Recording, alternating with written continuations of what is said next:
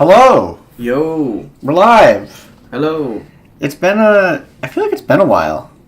It has, hasn't it? It's been more than a week. Just because Yeah. we're late with the content. Yeah, the last time it was me and you, I was still recovering from illness. Yeah, that was like the second. You can hear it in my voice. Yeah. In that video, I sound like death. Yeah. But we're back. We're live. Today it'll be different than anything we've done before because we're in playoffs. This is our first true middle of playoffs content, I guess. But we're gonna do the replays like we always do. Oh, and this is Carter with me. Yes, I'm Carter. Hi, Carter. Hi. And me, I'm Watson. Hello, Watson. It's my channel.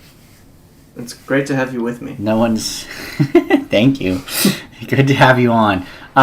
So, yeah, we'll start with the replays, like normal. That'll be normal to our other content. But then we'll go to our playoffs look-ahead. We'll only have 2 matches to look at. And then, finally, we're going to do something a little different. And we're going to just look at some of the highlights from the stats that I scraped from the regular season games in round 1 of playoffs. So, 8 rounds of everyone playing.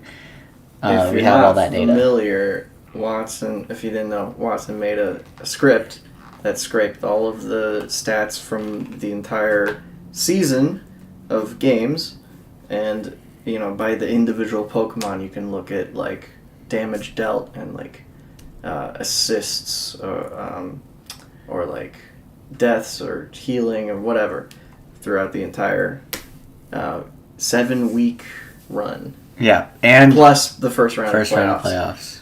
But we're not including. I don't think we're going to include the rest of the playoffs because it's not really fair. Yeah, I'll publish another Excel probably with all the data just for fun, but it's going to be skewed towards the teams that played more games. Yeah. Now, of course, this is only the replays that got submitted, so that's also a problem. Is especially early on there, we missed a couple of replays that didn't get submitted, so it also skews against that.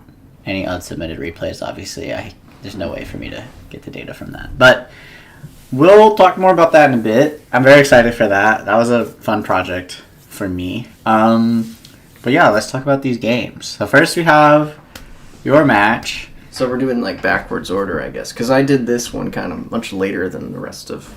Yeah. I mean, the order is just doesn't random. matter, But yeah.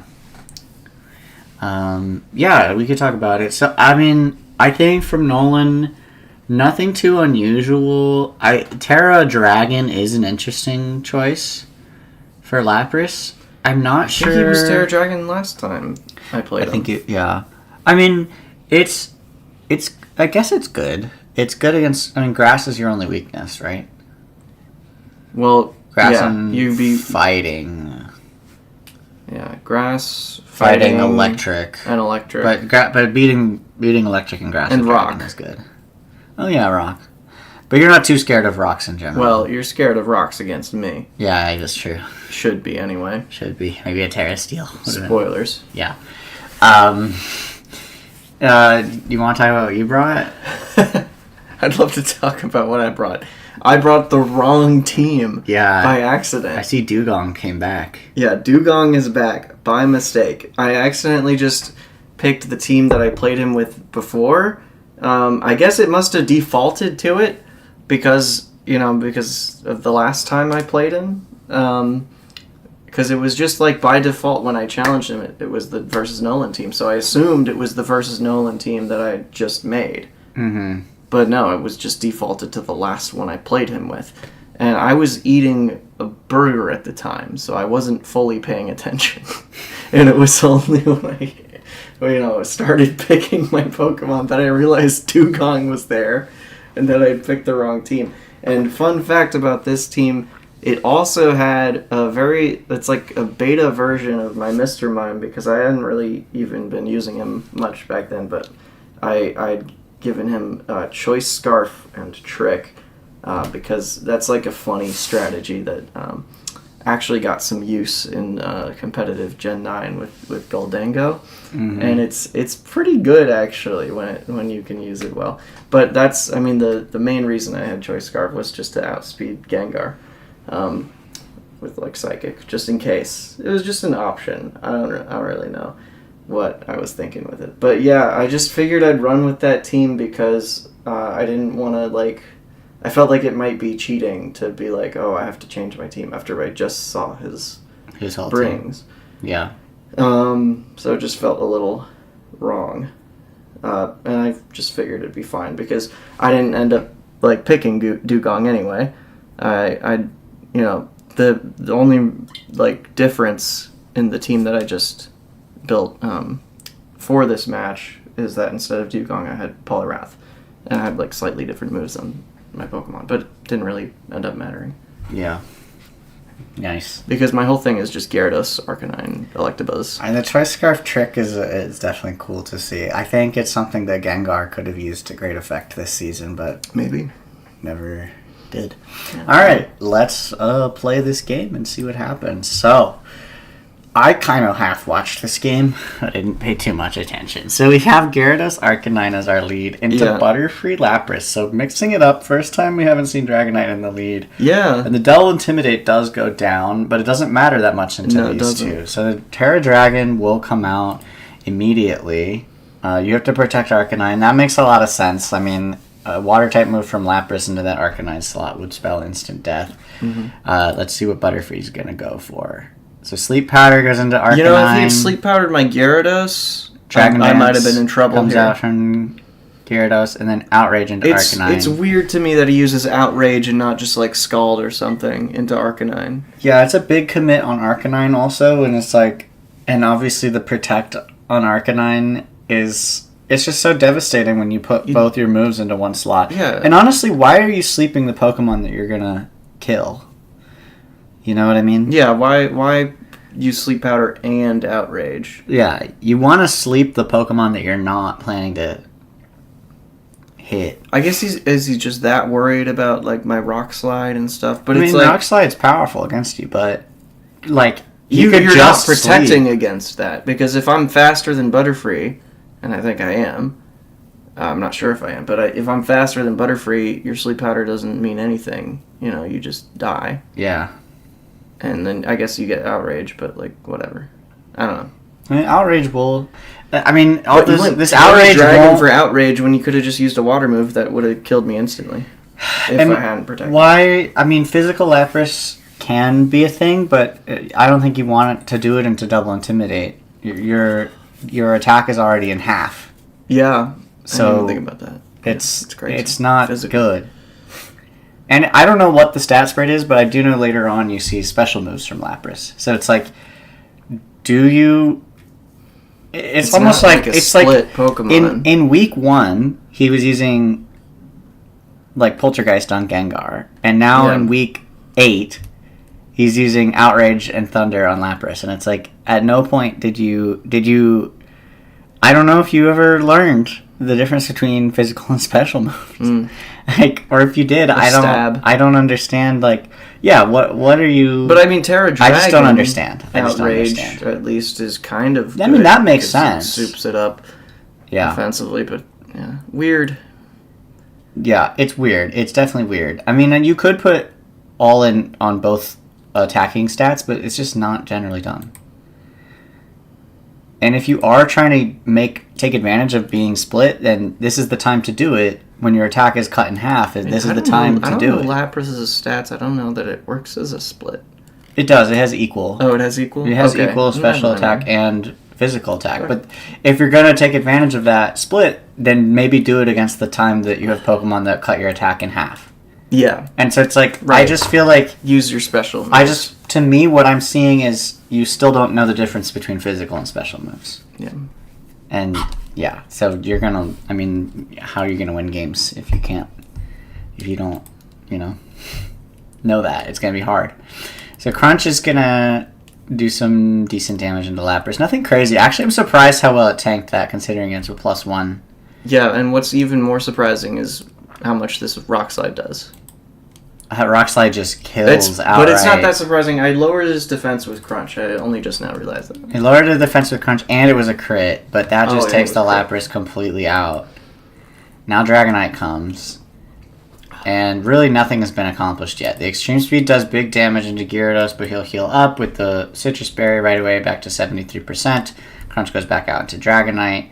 It does 30%. But now this Rock Slide will come out. It is faster than Butterfree, and Butterfree dies immediately. And then, oh my god. Dragonite also dies? Yeah. 71%. I mean, it is super... It is super effective. Because he couldn't Terra. He didn't do the Terra Normal because he used the Terra Dragon on... Oh, okay, yeah. Yeah. So now it's just Gengar versus everyone, and there's no shot. I mean, Gengar has... It just can't do it. There's just absolutely no way. Crunch will get it down to Sash. He uses Psychic, and this is again where it's like... Yeah, why Psychic? Why are you using Psychic? There's literally no reason. To do that. You can use Shadow Ball. And you do more damage. I think it's like, again, it's like... I don't know if you ever figured out that if you use moves that are the same type as your Pokemon, you do more damage. Yeah. You do 50% more damage when you use a move that's the same type as your Pokemon. So what I'm guessing is he sees that Psychic is 90 power and Shadow Ball is 80 power, and he's like, oh, let me choose the more powerful move. And that makes sense. If you don't know. If you don't know about Stab. Yeah. And it's like... And like, it's not the first time that we've complained Stab about it. Isn't exactly a... It's not intuitive. The most well-known, like, mechanic. Yeah, it's not intuitive. But I'm just saying, I don't think... You know, although it's week like 8. It's not week 2. It's not week 3. Like playing Pokemon growing up, I always like got the sense that I was doing more damage whenever I used a move of the same type. Yeah, and I never knew consciously that was a mechanic, but just like the intuition. Feel it. Yeah, you can kind of feel it. I mean, it's 50% more. It's noticeable. But I mean, like we've talked about it. I think a decent amount. But if you don't watch the content, then you're not gonna... I guess you just don't know. But yeah, now Gengar goes down. Pretty clean. I mean, he didn't even get either of your Pokemon below 50. And well, he did because of the recoil. I did. Yeah. Okay. So... Well, you got Gyarados below 50 when I... And then you Citrus Berry. Yeah, that doesn't count, though. Yeah. Doesn't count. Alright, so game 2, see what Nolan can do a little differently. Because obviously, he had some sort of Lapras game plan. He leads Dragonite. So which that's just better for me. Is better.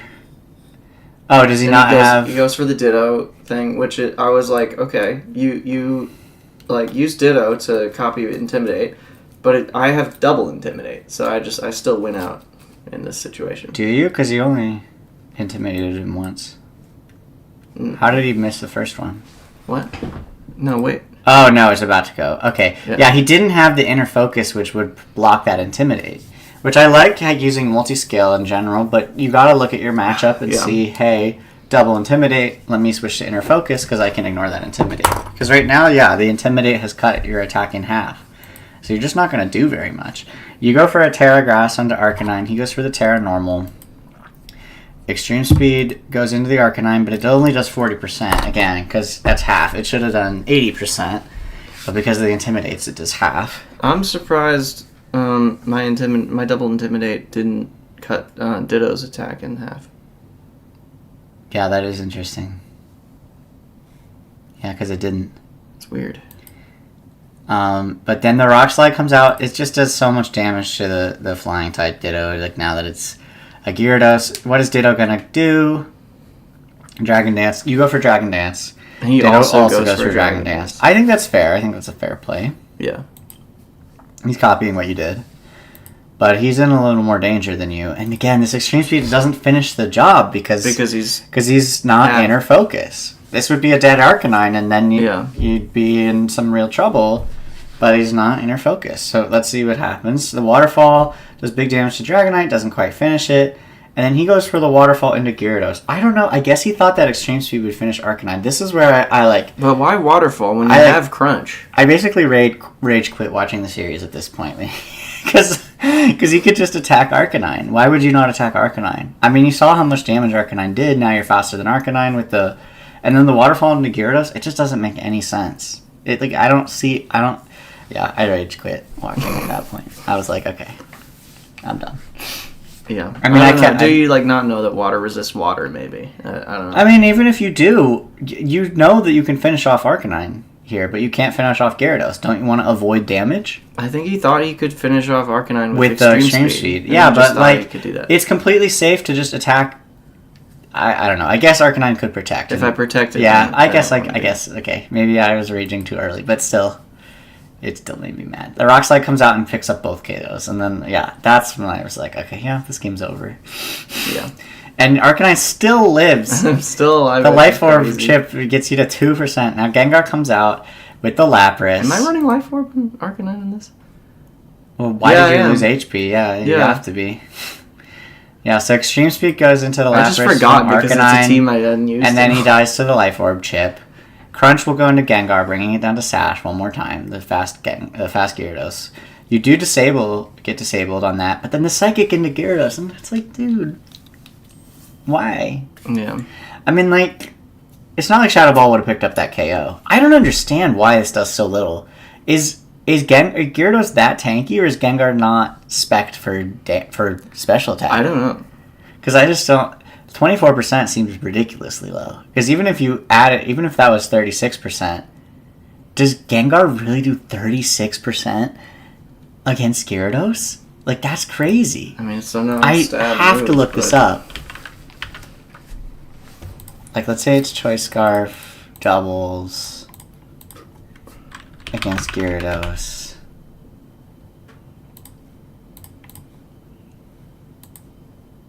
Yeah. Yeah, Gengar. Yeah, Gyarados is 130 special defense. Ooh. I did not know that. That's so good, actually. That's insane. I can't believe how good Gyarados is as a Pokemon. Look at this stat spread. Unless I'm looking at Mega. I'm looking at Mega. Oh, okay, 100 special defense. I was looking at Mega. That would explain it. Still a good stat spread, though. 100 is still good, 100 but special defense. I'm really surprised that Gengar can only do 36 with a stab. Like, even if you use a stab move, the Shadow Ball is 34 to 40. That's crazy. I didn't know Gengar. I mean, that's not good. But yeah, Gengar heals up, and Lapras uses Thunder, which misses. This is really unfortunate, because it would have killed you for sure. But this is why you use Thunderbolt instead of Thunder. Yeah. But yeah, it does miss. Why are you running Thunder when you don't have a way to set Rain? I don't know. The Thunder comes out, now Electabuzz comes out. And this is what I thought was really interesting, too. He went for the Psychic again, which obviously was bad. Well, that's because he didn't know you were going to switch. Yeah. He didn't know you were going to switch, so, like, it's fine. But here's the interesting thing. He uses Thunder. I missed my Electro Web, which is nuts. He uses Thunder again, but he used it He uses it into Electabuzz. Why? Because he's Choice Scarf. But, like, even if you're Choice Scarf, why don't you just Electabuzz? Thunder the Mime? Yeah, you Thunder Gyarados. Yeah, the Gyarados slot. You Thunder the Gyarados slot. Why did you not Thunder the Gyarados? I don't know why he does that. It's like, it's crazy. So, I mean, it does 18%, which is kind of crazy. Now, you're using Follow Me. But yeah, look at this. You use Trick. Silly Trick thing. And I swap Choice Scarfs. Yeah. I didn't realize he was Choice Scarf. I thought, I'm going to lock him into Thunder since this is a terrible, terrible move. Yeah. For him to be running. And so I was like, I'll lock him into Thunder. I didn't even actually realize that he had Choice Scarf when this happened. I didn't look at the little readout. Yeah, you swapped Choice Scarfs. No. That's so funny. What's crazy to me, okay, he uses Psychic. It doesn't do very much. I'm wondering, is this like an intentional Psychic into Electabuzz? It must be. There's no way he tries to Psychic Mime again. Unless he's like Choice Specs or something. But I don't think he is. But then, yeah, the Thunder misses. But here's the interesting thing. You use Psychic, so I didn't know this, but I guess when you swap Choice Scarfs, you get to choose a new move. Yeah. Because when you use Trick, you should be locked into Trick because of Choice Scarf. Or you got a new It's because I lose the item and then get a new item. So that resets it, the effect, I guess. Yeah, which is actually really interesting. That's kind of crazy. Yeah. Now, VGC doesn't allow you to have multiple of one item. But my immediate thought was, what if you had two Choice Scarf Pokemon and you swap, and one of them swapped the Choice Scarf between the other one so that the other one could change moves? Like, that would be really Like, It would be stupid. it would be dumb, but it would be really funny. But yeah, I'm kind of surprised you're allowed to pick a different move. That's why you didn't notice. Scarf and choice specs. Yeah, well, and you're swapping them. That's why you didn't notice that you had Scarf, because you were still allowed to pick any move. But I noticed it because I didn't notice that you got Scarf here either. What I noticed is that mine went before Gengar, and I was like, what the heck? Yeah. And then I realized that you had Scarf after the trick, and I was like... I guess I assumed that I went first because of Electro Web, but I forgot that I missed my Electro Web. You didn't land them Electro Yeah. Yeah. So the Psychic kills the Gengar. Because the whole thing was like... And then the Thunderbolt, a move that actually hits, kills Lapras. Exactly. Yeah, so pretty much domination. And we'll move to the next game. Now this is a much closer, a more interesting game. This is the only game series that went to 3. This is Windows Live Essentials versus Eevee's 2012 free download. Yes, Windows Live Essentials 2012 free download versus Eevee's Backyard Bash. Yeah. We can talk a little about the rings. James is rocking with the Moltres Terra Steel and the Kangaskhan Terra Steel. I like the Terra Steels. Terra Steel's good into this team. Like, you have to worry about the rock slides. I'm bringing a bit of Terra Steel myself. The only downside is, like, against Dugtrio, if you Terra Steel to avoid the rock slide, then he just Earthquakes you. So it's a little bit... There's not a good type. Primeape can can Drain Punch you, exactly. So it's not an amazing type there. Terra Ghost on Kangaskhan. Alakazam. Yeah. I don't know that I understand that one. Yeah, you're still weak to Ghosts. Is it to get more damage on... I guess it's to avoid Fake Outs? Yeah, but Alakazam's immune to Fake Out with its ability. Oh. It has Inner Focus. So I don't really understand that. More damage on Shadow Ball? I don't know. Now, I was saying on the cast, the Terra Ice from Vaporeon is actually... At first I didn't understand it. But Terra Ice it's kind of nice because you can abuse the defense from the snow. Yeah, that's kind of what I was thinking. When I watched your cast of this and you're like, I don't understand the Terra Ice on Vaporeon, I just figured it's to get the defense boost from Yeah, I did say that later, but yeah. And then the Ghost on Jolteon I think it's good. And then Flying on Raichu. Fake Out and just having Shadow Ball is great coverage. Between like your electric type moves and Shadow Ball, like nothing can resist everything you can do at that point. So that's really nice. And then the Flying on Raichu is, it's whatever. You're probably not going to use it, but it's not a bad Ghost on Ninetales. Terra Ghost on Ninetales. I like it for the Fake Out because you're talking about a double Fake Out team, and if he really wants to guarantee he gets like a... I guess. I hate it though because against Moltres, you're going to go Terra Ghost? Yeah, but you're good against Moltres. You're good against Moltres in general. I guess. Okay. And then Terra Rock is fine for, I guess, just offense. The Flying is fine also. Like, I don't love it, the Terra Flying on Primeape, but it's fine. And Terra Electric is amazing on Blastoise. Terra Water on Pikachu is kind of whatever, and I don't like Terra Psychic on Mew. And I think it actually screws him over at one point in the game. You just didn't think about it. Yeah. I mean, the problem with Terra Ghost on Ninetales, I do get it. Like, you're like good against Moltres in general. But it's like, if it's like you're worried about Moltres and it's like a Moltres Kangaskhan lead if you get that. Or like Moltres with a Fake Out. Like, you have to choose, True. If you really are worried that much about Fake Out, you could just go Covert Cloak instead. Yeah.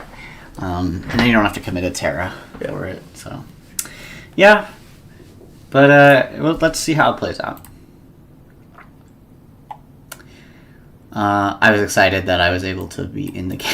Because last time I tried to watch one, I wasn't able to. So it's a Pikachu Ninetales lead into Moltres Kangaskhan. I think immediately Moltres goes for the Terra Steel, which makes a lot of sense. Yep. Ninetales threatens Moltres pretty hard. And Kangaskhan has Fake Out pressure here. It's a Protect immediately from Ninetales. That's another way you can deal with the Fake Out. The Terra Blast does go into the Ninetales, so it is... Right, he's and fully expecting the Fake Out, and he goes for Encore. He goes for Encore, which would have been really good if he had gone for Fake Out. Yes. But he didn't. So it was just an unfortunate read. Yeah, he was thinking it would be Fake Out Terra Blast, from Moltres into the Ninetales, which would have been a good play and like would have taken out the Ninetales in theory. And so he played entirely to that play, but that isn't what happened. And so yeah, the Brick Break comes out, does big damage to Pikachu, and it's overall a good turn for James. Now on turn 2, he gets rid of Pikachu and brings out Blastoise. This sets up Fake Out Pressure again, and he goes for Blizzard, which just gets a little chip into both. Yeah, you're not doing much. And now Terra Blast will finish off the Ninetales. I actually think maybe just going for the Aurora Veil. It was too dangerous to keep Ninetales around, I think. I mean, or at least get an Aurora Veil before you go down, because you're just going down almost guaranteed at that point. So, like, just get the Aurora Veil up. But yeah, he does go down. And then Kangaskhan gets another Brick Break onto Blastoise, which does remove the Balloon. It is Balloon Blastoise, which is interesting. I mean, it's because he likes to go Terra Electric on Blastoise so much that the Balloon, it's like, it helps, I guess. But it is... You're committing an item slot really hard to this one Terra, this one Pokemon. It's too situational. Yeah. You can't rely too much on your Terra type, yeah. I think, in general. Yeah, it's kind of hard to rely on it like that. I mean, it just gets... It just, like, gets rid of a tool you normally have to play around that now you just don't have because you have to use it in one place. Pikachu comes out back onto the field. So there is Fake Out Pressure again. He doesn't go for it. This is where I was really confused why he didn't Fake Out. You Fake Out Moltres here? Does he not have Fake Out? Because I think he did. He did last week. He might not have brought it this week because he had Encore. We've only seen Encore from Pikachu, so I actually don't know what his moves are. But Fire Wrath will take out the Pikachu, do pretty good chip to Blastoise, and then Rock Slide goes down, getting a little more chip on Blastoise. Does it get the flinch? Yes, it does. That's a pretty lucky flinch. Well, it's not that lucky. You did Fiery Wrath and Rock Slide. That's true. Flinch chances. It's 2 flinch moves, so yeah. I didn't think about that. I always forget the Fire Wrath. Like, who's to say which one caused it? Yeah, we don't know. And the thing is, I think this Blastoise is actually very threatening, because I'm pretty sure this is a body press defense focused Blastoise. I could be wrong, but he does use Iron Defense on this next turn, so that is indicative to me that he is going to be body press. Psychic Terrain comes out from Mew. This I don't understand at all. That at all. Why would you set Psychic Terrain here? Yeah, it seems just bad. And then Kangaskhan goes for Rock Slide. It nearly kills Blastoise. Blastoise is down to 2% and goes for an Iron Defense, so it just won't do anything. It's not going to live nearly long enough to make any use out of that. You're already so close to dead. Mew goes for a Transform onto Moltres. Okay, if you're going to go for Transform and Prison, you cannot also set Psychic Terrain. Yeah, I don't know what the Psychic Terrain... Not enough time in the world to do all of that. Yeah, the Psychic Terrain just... It literally... It doesn't do anything. No. It doesn't do anything at all. I don't know if he has, like, Expanding Force he was planning on using or something, but... Who? Who would have had Expanding Force? Mew. But he went for Transform. Yeah, so then he changed his plan, but I don't... Yeah, I don't know. So he ends up losing all his Pokemon, doing basically nothing to James at all. He didn't do a single thing. He got like a little bit of damage on Kangaskhan. Yeah, this was Moltres. A very terrible show. It's crazy how he comes back from that. He does come back pretty hard. So we'll see the next game. He needs to do something different. Now James is going for the same exact lead with the Moltres Kangaskhan. And this time we see Dugtrio and Primeape come out. Now this is a very, very good combo. The problem is it's not good at all into Kangaskhan Moltres. Yeah. Because, I mean, Primeape can Drain Fist the Kanga. And when he goes Terra Steel on Moltres, which I think he does, I don't think he does he? Yeah, the Fake Out goes into Dugtrio. This stops Dugtrio from doing anything, but importantly, it stops Dugtrio from doing the beat up, which is what he was trying to do with the Rage Fist.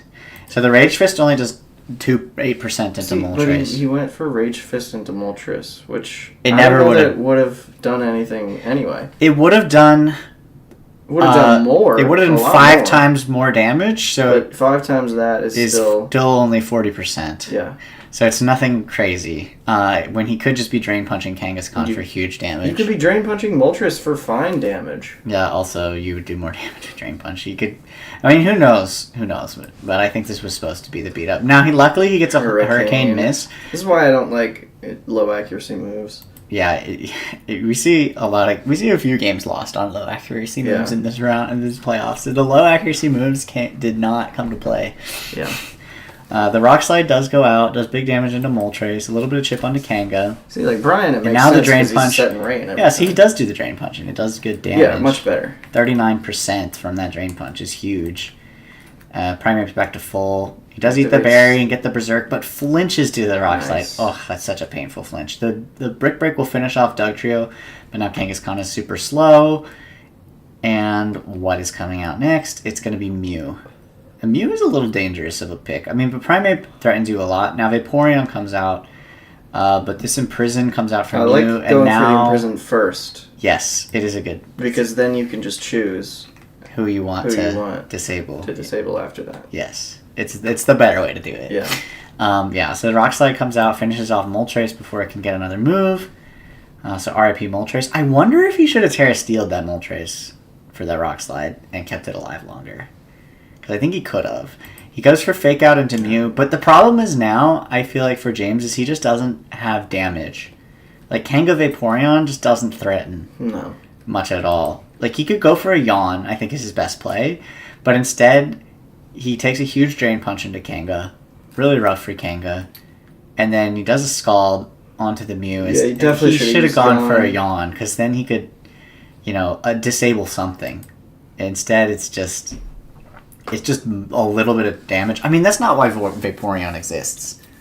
Vaporeon is not and if you're going to Scald here someone, to do damage. You Scald Primeape, because a burn on Primeape would have been devastating. Yes.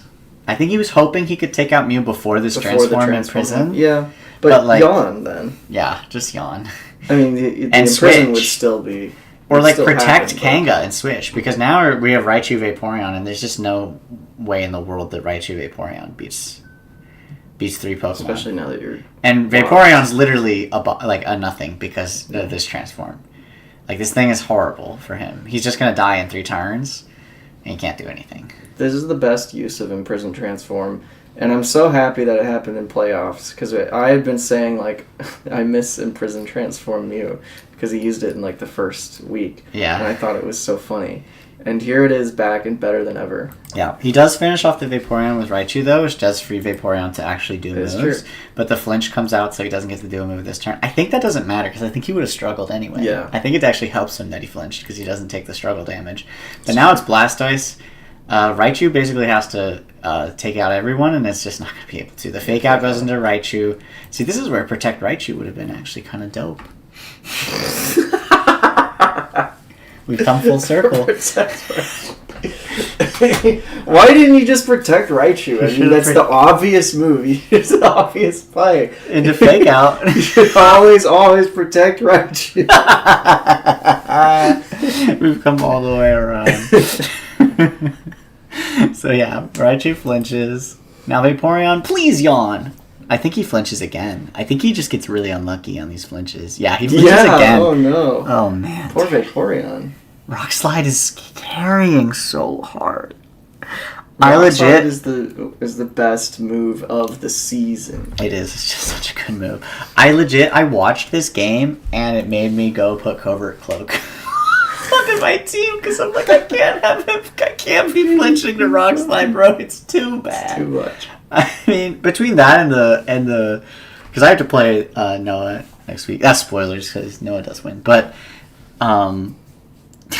he has Fake Out and he has all this Rock Slide. I'm like, I think Covert Cloak is actually like kind of really legit to not be able to not flinch against this team. Yeah. All right. So Noah picks up that game.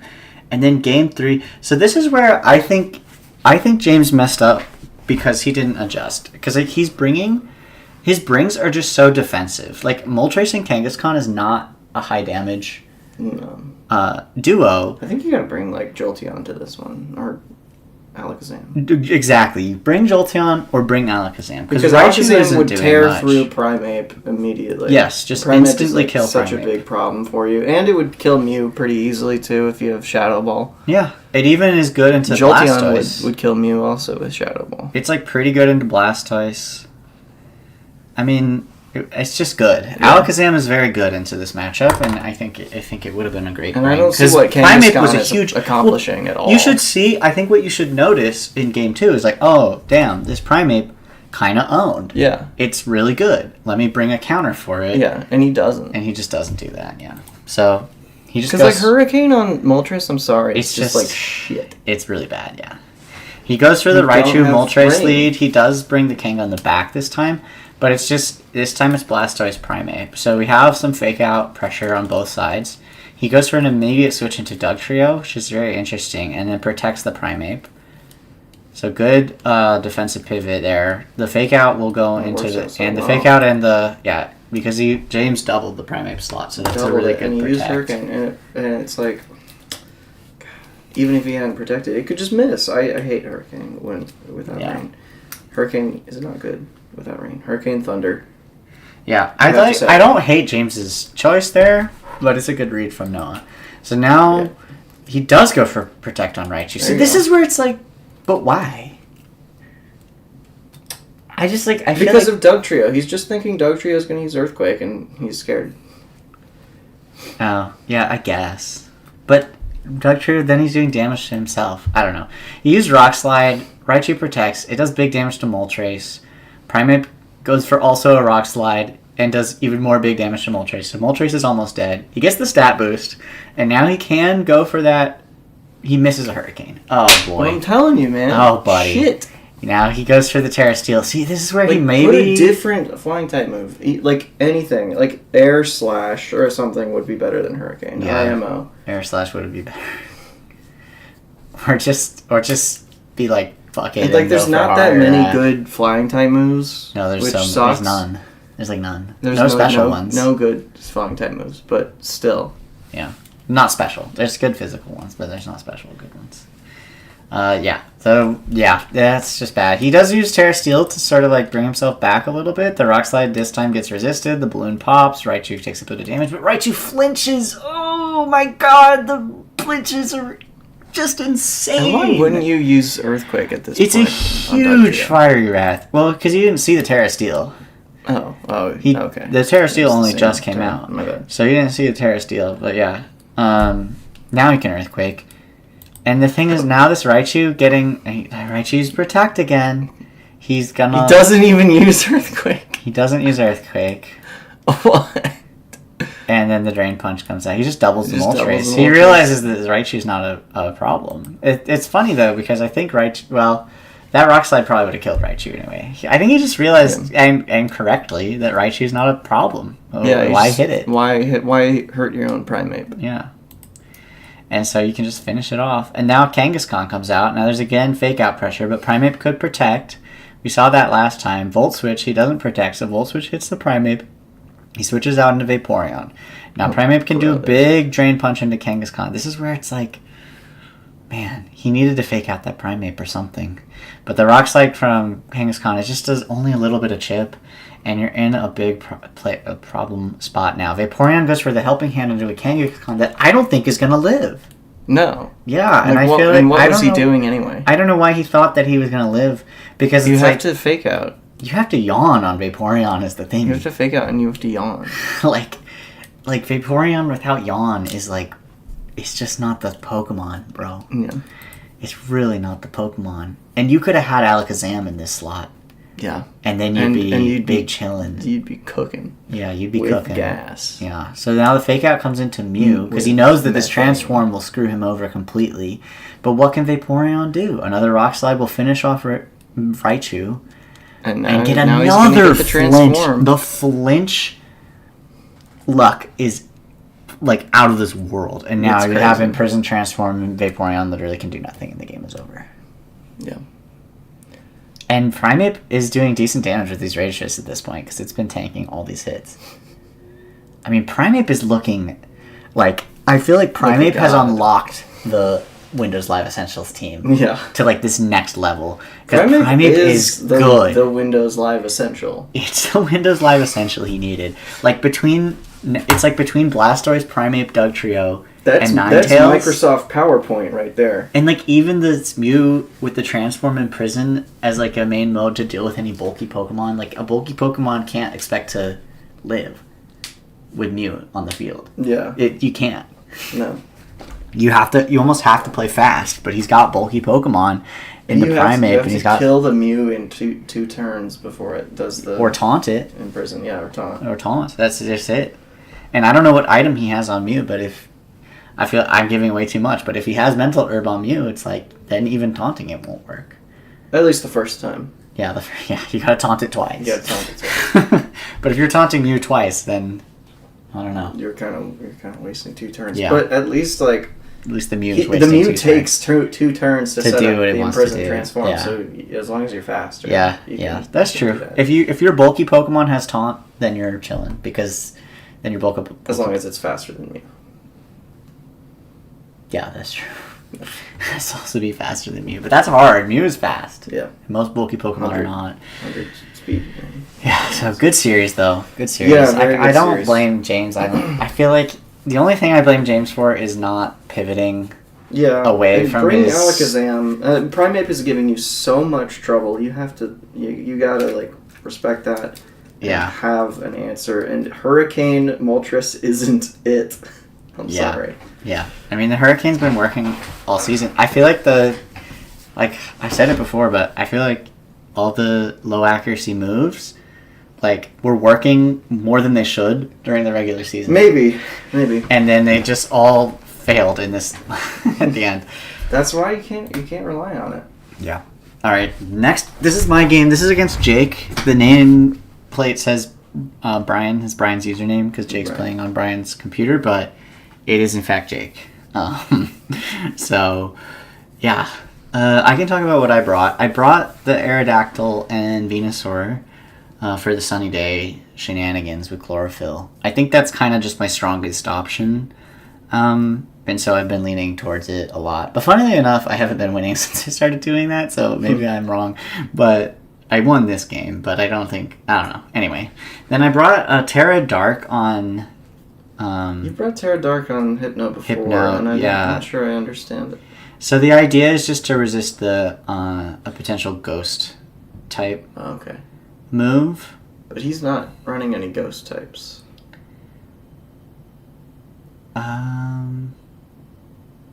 Yeah, I don't know then what I was thinking. I would just always go Terra Psychic on... Or Terra Fairy on a Psychic type. IMO. Yeah, I think there was a reason. I think it's because I don't know, maybe I don't remember.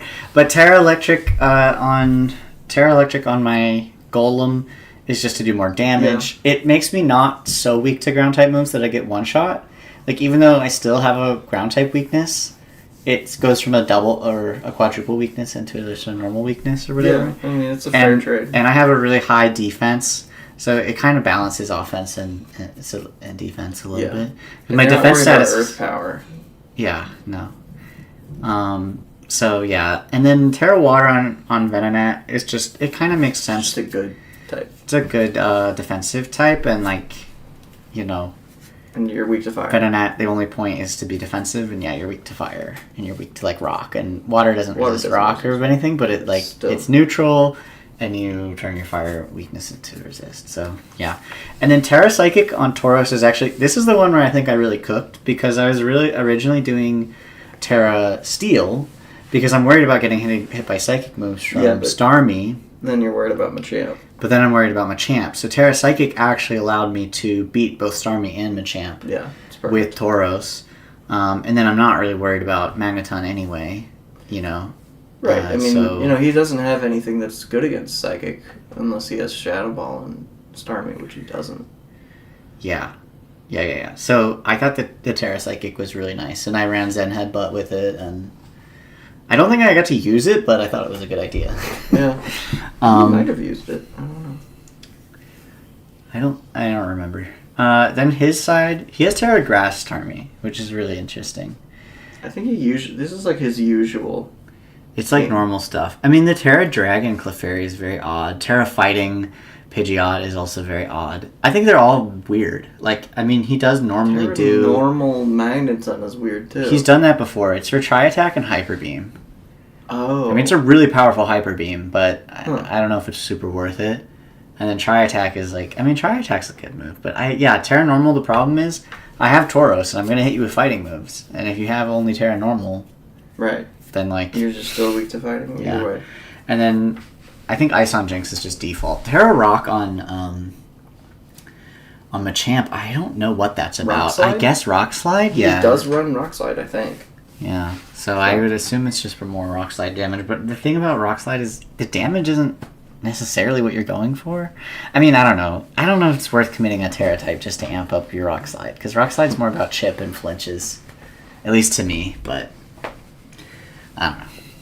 Alright, and yeah, fighting on this, on the Pidgeot, that I can't understand. It's not very good to have a fighting move into me except for Golem, and you're not going to do a lot of damage with that. Yeah, I don't know. It doesn't, like... Because it doesn't make any, like, defensive sense.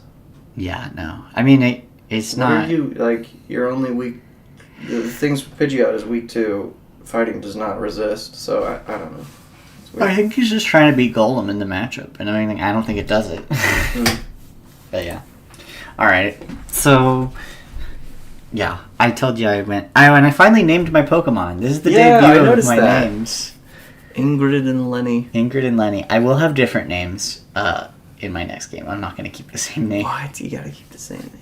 Well, I forgot what my names were, and I didn't feel like checking. And I came up with better names. So anyway, Ingrid and Lenny hit the field. I think Ingrid and Lenny are good names. They are good names. I agree. And you gave them genders. I gave them genders to match. Yeah, so he leads with Magneton Clefairy. So this is an interesting lead. I've sort of learned, like, that if I don't use Sun immediately, then I just get fucked.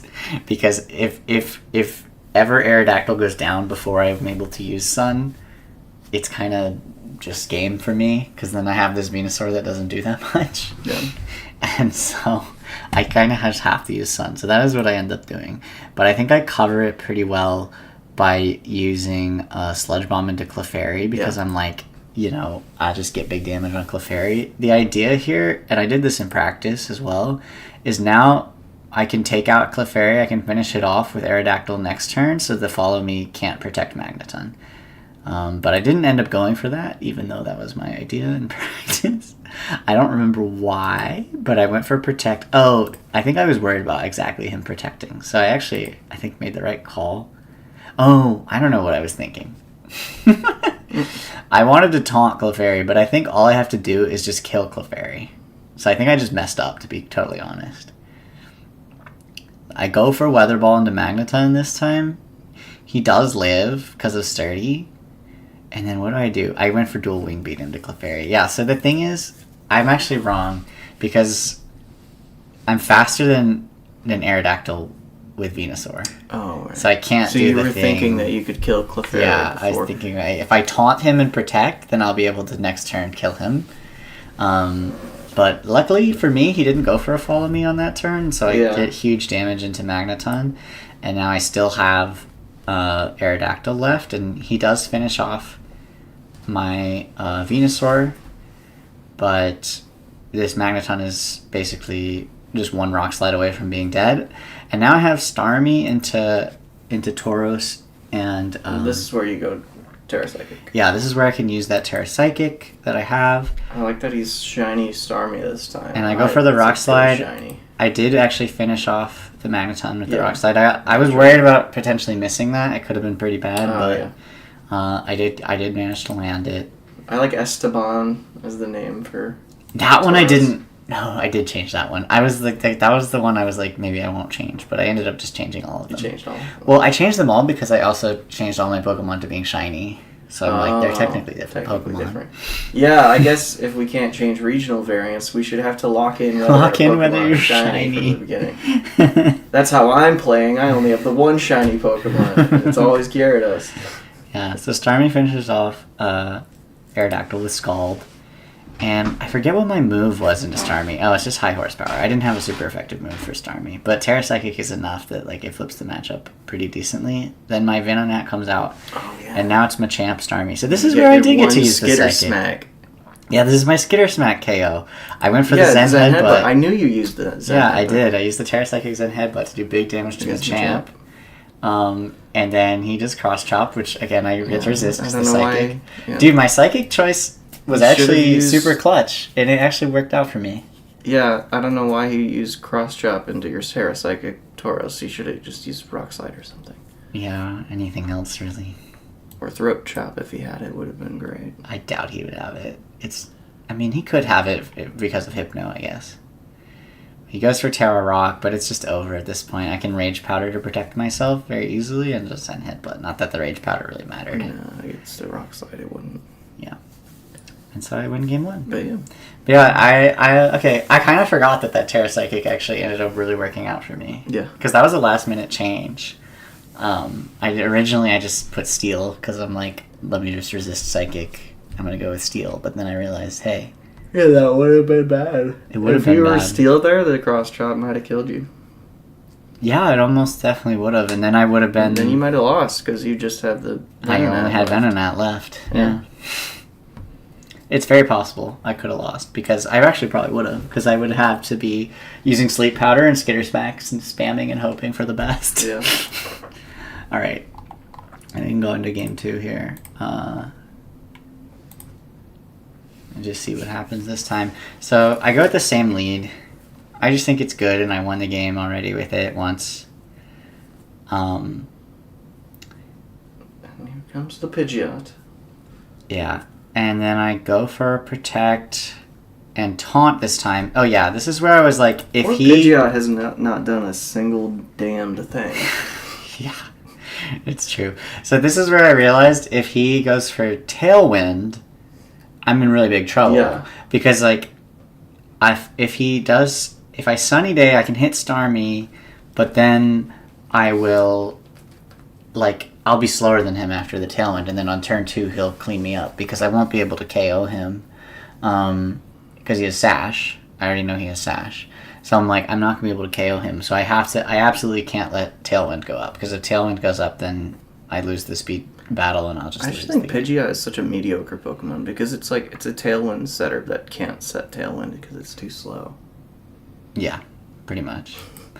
So then he goes for Ice Beam into me and gets the Freeze. So this is where it actually gets really dicey, because the Freeze comes Freeze out. Is crazy. He got the Freeze on me. And I'm like, okay, so this could actually be bad because I'm not getting my Sunny Day. I was pretty confident that this was the play that got me Sunny Day for sure. You can't use Tailwind. And so I'm like, okay, I need to Terra Fire for defense, because these two both can start super effective on me. He's not going to stay. Dangerous to Terra Fire in front of Starmie. It is, but he would have to predict the Terra Fire. Yeah, you wouldn't predict it, but if you don't kill him, and you're not going to kill him this turn. No, but it's okay. It's because actually I immediately wake up from the freeze. Oh my god. Yeah, I remember that. That's wild. It's crazy. I mean, if you hadn't gotten lucky on that thaw there, I mean...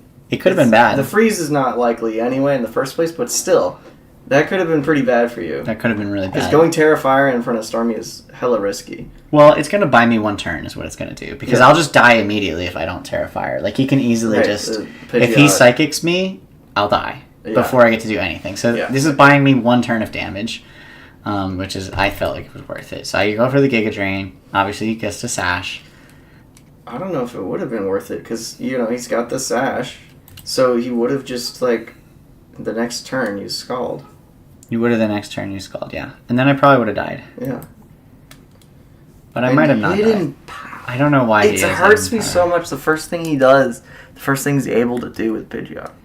So is Hidden Pow. I elected to just finish off this Pidgeot with the Weather Ball, because I'm thinking that Aerodactyl will finish Starmie no matter what.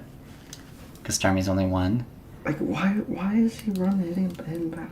And so now I'm in a really great position, because I've taken out both Pokemon. I don't know what the Hidden Power's for. I mean, he wants type coverage for something, but I don't know what it is.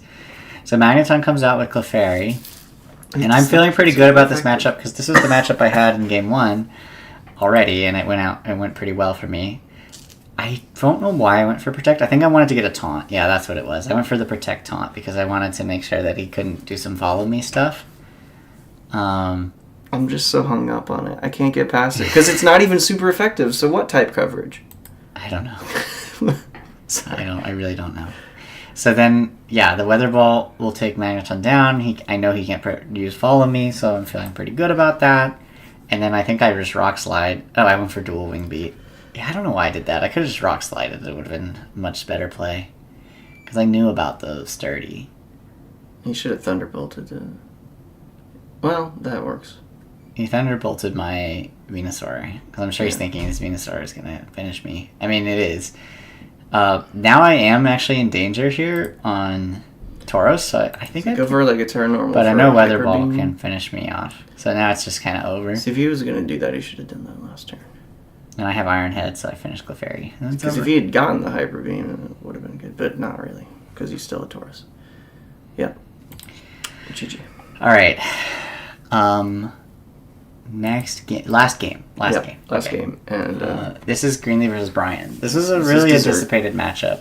It did not go the way I... Oh, so he had Slowbro. Slowbro with no Snorlax is kind of wild. Yeah, Brian has... Yeah, Slowbro with no Snorlax. I don't know... Terra Stellar Slowbro? I didn't even see that before. What's that about? I don't know. And, I mean, Terra Dark on Hitmonlee makes sense. Hitmonchan, sorry, makes sense. Terra Dark... He went for some Terra Dark. He's really worried about Mewtwo.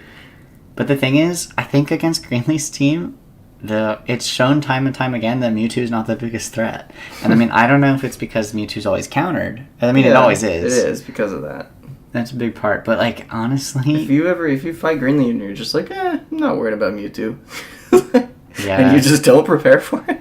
Yeah, it could be bad for you. You need at least something, but I mean, these other Pokemon have been really allowed to shine because so much focus is on the Mewtwo, and we see that in this game. Yeah. It's Mewtwo and friends. You can't forget the friends. The friends are powerful. Are the most important. This Terra Steel Executor is no joke, and we're going to see that in this game.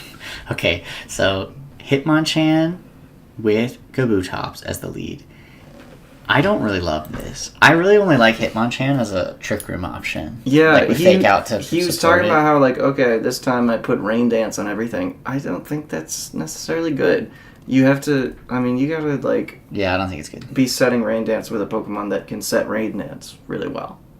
Yeah. You know, like Electrode. Electrode Kabutops would be a good Well, the reason why Electrode is so good at setting rain is because it does it fast. And so, and because it's fast, the rain comes out first, and then Kabutops becomes instantly super fast. Exactly, and then Kabutops can immediately do This is why my Dugong strats were so bad. Because Dugong is slow, and so basically it always took me a whole turn to set Snow to enable Articuno. Yeah. And I was like doing double duty with Dugong, like also being my Fake Out user. Mm-hmm. Which means that like there's opportunity cost to anything I do turn one with Dugong. It's like if I use Fake Out, that means it's going to take 3 turns before like Articuno is set up. And if I don't, if I like go for a Snowscape right now, then I'm giving up my Fake Out. So it's like, sucks. Yeah. Yeah, so these two come out, and it's a hard Trick Room from Greenlee with this Parasect and Executor. Yep. It's like a very obvious hard Trick Room. So there's a switch immediately into Zapdos. I think he's worried about Egg. Like going for a Giga Drain. Yeah, that's true. Yeah, because he could get Giga Drained right there and die immediately. So I don't think he's seen the Trick Room option at this point. I mean, I don't know. Maybe he did, but like he has to protect Kabutops somehow, right? He's got to go for a Fake Out onto Egg, but he goes for Rain Dance. He could have gone for Fake Out X Scissor and if he had done that, he would have been chilling. I guess he's also worried though because Parasect could always have a Grass move. Yeah, so it's like and it does. You can't cover both. That's true. Yeah, it's 2 Grass types in front of your double weak to Grass Pokemon. It makes sense as a switch. Yeah. So he goes for this, but it's Rage Powder from Greenlee. Rain Dance sets the rain up. But Greenlee has the defensive Rage Powder Trick Room play. It's very, very safe. This Rage Powder Trick Room is, I don't think it was avoidable. Unless Fake Out goes faster than Rage Powder, but I don't think it does. No, I don't think it does. Because I think Rage Powder is like Follow Me where it's +2. Fake Out is +1, right? I think Fake Out is higher than that. And it might actually work, but the thing is then you're making a huge read and risking an insta-KO on Kabutops by doing that. You know what I mean? Yeah. Oh, Fake Out is +3? Yeah, Fake Out's really high. No, now it says... Here it says +1. Oh my god, it's always different, isn't it? Depending on generation. Gen1 Ducks, thank you very much. It's 3. Fake Out is 3. But Rage Powder is also 3. Okay, but so then he would be able to stop it, but I mean, you have to have a crazy read. You'd have to fake out the Parasect. Yes, exactly. Yeah, and go for X-Scissor on Executor. But that's a crazy read. Like, the only way you can do that is if you predict the future perfectly. But the Trick Room... Yeah, I mean, but if you know that, like, Executor is here to set Trick Room and Parasect is here for Rage Powder, like, it makes sense that that's her play. Yeah, but, I mean... But you're not necessarily... How do you know that? And then hard, Executor can Terra Steel, and then even the play you made still doesn't work. Yeah, that's true. So, and she didn't Terra Steel. And now Greenlee is exactly where she wants to be, in Trick Room with Parasect and Executor next to each other, and things get pretty nasty from here. So 4 turns of Trick Room. The Terra Steel comes out immediately, protecting this Executor big time. Hurricane. From the Hurricane. But the Spore is going to protect her from... It didn't even matter. Yeah, anyway. Actually, this Terra Steel kind of... It's probably bad because Hitmonchan could take advantage. But the Psychic will go into Hitmonchan doing big damage. Hitmonchan, what is it actually doing? I don't know. The thing is, I think this... Wait, what did it do? Did it do nothing? Wait. No, use Helping Hand onto the Spore Pokemon. Oops. Yeah, oops. I think this is actually a decently safe Terra Steel because I don't think that Brian would predict the Terra Steel. He'd have to double the Executor. No, it's only dangerous if Hitmonchan lives long enough to exploit it, which doesn't. Yeah, and so now he switches out the sleeping Zapdos.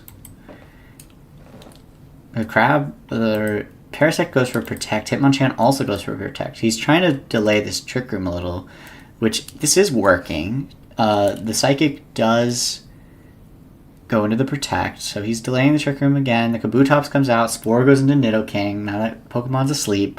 Psychic goes into Kabutops, does pretty big damage. Huge damage. Like, he's taking a lot of chip. Kabutops is just so frail, you know? Yeah. And now he's in big trouble. He goes Terra Water. It's just not great to... This is absolutely just a waste of a Terra. Yeah, it is. Because this Giga Drain just kills you instantly. I don't even know why you bothered to Terra there. I guess you forgot about Trick Room. I feel like you'd rather just, sack Hitmonchan than switch into Kabutops. Yeah, I think so too. Now Zapdos comes out. It's still asleep. But we have an easy Rage Powder to soak up that Earth Power and go for yet another beautiful Trick Room. Thing is, I think the rain stopped and the Trick Room ended at the same time, so it was kind of like a shit storm for Brian. Yeah. Yeah. For sure. Because even if he had kept Kabutops alive long enough, he wouldn't have Swift Swim anymore. Yeah. Not that he needed it against Parasect's fucking Executor, but still. But now the Spore goes into Nidoking, so now it's 2 sleeping Pokemon. And Executor's just having a field day. I mean, it can Psychic the Nidoking, does a lot of damage. The Hurricane, it does hit, actually. Okay. It does hit, but it's Steel. It confuses. The Terra Steel resisted. Yeah, you would have been better off with a Thunder there, actually. Yeah. But the confusion could make a big difference. It doesn't. The Spore goes into Zapdos again. The Psychic hits Nidoking, finishing it off. And now it's just Zapdos versus literally all of Greenlee's Pokemon.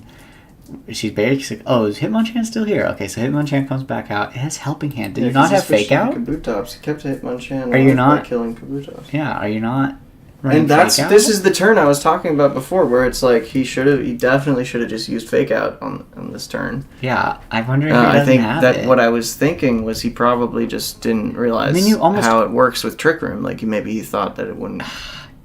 He's not running it because you almost always use Fake Out. When your Fake Out Pokemon hits the field, you use Fake Out. Like, that's just what you do. Like, almost always. Yeah, well, he used Rain Dance earlier. Yeah, I don't know if he has Fake Out. He might not have Fake Out. I haven't seen it yet. But I thought he used it in the last game that he brought Hitmonchan to. He might. And he breaks out of the confusion. Psychic finishes off Hitmonchan. Well, that's the whole reason you use Hitmonchan at all in this team. Is Zapdos. That it has Fake Out. Yeah, that's basically the only reason. Seed Bomb does a little bit of damage to Zapdos. Hitmonchan's not that good Psychic of a Pokemon. does some damage to Zapdos. Zapdos wakes up, but what can it really do? It goes for Hurricane and misses. That would have killed Parasect, but it wouldn't have mattered. And now there's one more turn, and Greenlee decides to just torture Brian for even longer with Rage Powder Trick Room. Again. Yep, I remember that. That was like not really necessary. And then she goes for another Spore, putting him to sleep, and then killing him. Yeah, I mean, she's just playing like safe as she possibly can. It was safe. It was good. I mean, she ended up winning the game without losing a single Pokemon, and with 2 Pokemon at 88 and 68%. respectively. Like, that is a complete demolishing. And then I think what happens is Brian messes up by does not adjust at all. Really changing anything about his he'd be better off just leading Zapdos Electrode. Mm-hmm. He goes for Hitmonchan. Because the way that he's using Hitmonchan is like a waste. Yeah. He brings it out again. Same leads. He does have Fake Out. There it is. So, like, why didn't he Fake Out? Yeah, so this does stop this Trick Room from coming up on turn 1. The Rage Powder goes out. And it's Rain Dance from Kabutops. But which he should have just used X Scissor. I mean, it wouldn't have worked. I know, but even into Crab, it would have done more for you. It would have at least broken a Sash. I guess setting Rain Dance gives you Swift Swim, but you don't need it against these two. No, not really. I mean, they're going to Trick Room, and it's going to be worse for you. Yeah, plus it's only, like, they're so slow. You don't need the speed boost from Swift Swim, and you're not using water types against them because they're grass. Yeah, I mean, he immediately switched out, so he didn't even use the Rain. He just does a double switch into the Rain helps Zapdos. I guess he's thinking, like, now he can use Hurricanes, but it's this is the freest Trick Room of all time. And so now the Trick Room's up, and now she can just run it back. Exact same play. Yeah. We see Spore, I'm sure, into Zapdos. And then you hit the Protect on Nidoking, but it doesn't matter. And now Greenlee has exactly what she wants. She has Spore, she has Terra Steel Executor, and what are you going to do? You're going to get Spored? You're going to get Psychicked. Just turn after turn. It's just like... That's the game. The Spore hits Nidoking. Nidoking takes a bunch of damage from the Psychic. Like They're both asleep. Steam Bomb does a little bit of damage into Zapdos. He Nothing adjusts meaningful. by using Fake Out in game 2. He's like, okay, I'm going to just stop this Trick Room. It only matters if you're actually able to stop Trick Room. Yeah. Now Hitmonchan comes back out. One more turn of Trick Room, but the Spore hits Hitmonchan first. Again, no Fake Out. Why aren't you faking out? Yeah. You can stop. You can stop that. I don't know. Psychic does big damage to Hitmonchan. Zapdos wakes up and misses another Hurricane. Not that it matters. This guy definitely has Sash, so it's, I mean, you'd get rid of one Trick Room threat, but I'm sure Greenlee has another in the back. If you'd gone for, X Scissor, then you wouldn't even have Sash anymore at this point. Yeah, that's true. And then you could actually take it out. But this Trick Room's going to come out. I don't think he could have stopped the Trick Room from coming out again, and then Muck just comes out and does similar things to... I mean, it can't Spore you every turn, but it can still do big damage. I don't know. I just don't know if there's a... I wonder what Greenlee's last is. I wonder if it's Vulpix. I don't even know what her other Pokemon are. What did she bring? Who knows? It could have been Muck. Was she leaning into more Trick Room stuff, or did she have a totally... When Trick Room's over, she's going to bring Charizard. Yeah, or she's going to bring Charizard Vulpix. Vulpix would also make sense. It could be Mewtwo Muck. It could be Mewtwo Muck. Because I did practice with her before this, and I was telling her she should have Vulpix in the back for I did help her build this team, so I know. I'm pretty sure I know what she brought because I helped her build the team. But I'm not gonna say too much because I know you have to play her, and I don't want to give things away. Okay. But yeah, as Spore comes out, and it's just both Pokemon are asleep. Giga Drain kills Kabutops. Yep. Still 3 more turns of Trick Room because the Trick Room's up again for the second time. I mean, Greenlee gets 4 Trick Rooms. No, 5. And in game 1, she gets 3 Trick Rooms. It's crazy. I mean, it's just absurd. You just can't... Got the Hurricane. Yeah, finally, this Parasect. So we do get to see one more, and it was Muck. She had Muck. So she's probably leaning into more Trick Room. I would say that it's probably Mewtwo, just because I don't think you bring Charizard without Vulpix. So it's probably Mewtwo. Yeah. And then that's it. That's the game. Yep. Very clean from Greenlee. And I gotta say, I think Brian messed up a little by just not adjusting. It's similar to James. I feel like the teams that lost were the ones that didn't make adjustments. Yep. In the face of adversity. It's like you lose a game and then you just try to run it back the same thing, and then you just lose again. Brian said GG's, 1 exclamation mark. Greenlee said GG's, 2 exclamation marks. Very big difference there. Yeah. And so now let's talk about the bracket. Yeah, looking ahead. Well, so it's me versus Greenlee. That's going to be very interesting. Interesting. Your last series was very close. Our last series was very close, and for reasons that I think, she could have beaten me.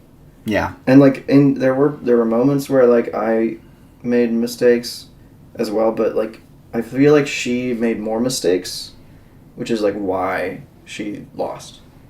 You know, and I feel like she's better now. And also, she might have some different things that I'm not ready for. But I at least know the Scorching Sands trick. Yeah, Scorching Sands Charizard got you pretty... I mean, that should have won her game 1. And she kind of managed to blunder it a little bit. Yeah, a little bit. Because of, basically, a lack of awareness of Lightning Rod. Yeah. You're winning a lot of games off of people forgetting Lightning Rod is winning. Yep, I'm definitely probably gonna bring Lightning Rod again. I don't know though. I might even go into some Poliwrath stuff. Maybe. That would be spicy. It would be cool. I mean, it's one way to get rid of the sun is to rain dance. Yeah. And it forces her to set sun. Try to do like a switch thing, yeah. That could be interesting. Weather battle might be important. I've also just like been wanting to use Poliwrath for a while, and I haven't yet. I mean, I think you got to watch out for what you just saw, which is like this Trick Room mode. Yeah, but that's the thing I'm mainly worried about. But also, I feel like I'm gonna be fine against it, given like that I have Arcanine and I have Mr. Mime. You know, I can prevent, and I can just put safety goggles on Arcanine. Yeah, safety goggles is a big thing to stop the spore. That's, I think, I remember the... Does it also prevent Rage Powder? Yes. Yeah. It works against both. Terragrass also does the same thing. Yeah, and I usually have Terragrass on Arcanine anyway, but I'm not going to put it on against Greenlee. Yeah. It's interesting because I think, Greenlee kind of showed her cards a little bit to beat Brian. I mean, I think she had to. Well, yeah. But it's like... It is. I mean, that's kind of. We all show our cards, We have to. We bring our best stuff. I mean, I don't like save strats. I try to bring my best stuff every time. Yeah. But yeah, I don't know.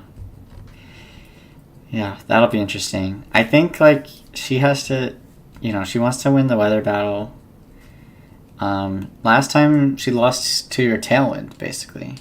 Yeah, that was the whole thing. That was like how I beat her. Was like. I knew that she was probably gonna, and that's the thing is like now there's 2 different modes that I have to be prepared for, because when I fought Greenlee the first time, the only thing you really had to worry about against her team was the Charizard, Vulpix, Heat Wave thing, and Mewtwo, and I realized like if I can just set Tailwind, I'll have a speed control, and there's not much she can do about it. But now she's got this great Trick Room mode that she's actually using, that she just hadn't been using before. That I have to kind of plan for. So that is interesting. Yeah. Yeah, it's definitely... I think that's unlocked a lot of potential with her team now that she's like leaning this Trick Room thing. Because like now she can do... Like you said, she can do both. So it's really interesting. I think it's been cool to see teams that come up with some third option late in the season, you know. Turning to the other matchup, I think Noah has a similar thing with this Primeape. When we look at the stats in a second, we'll see what Primeape's been doing, but it's been pretty terrifying.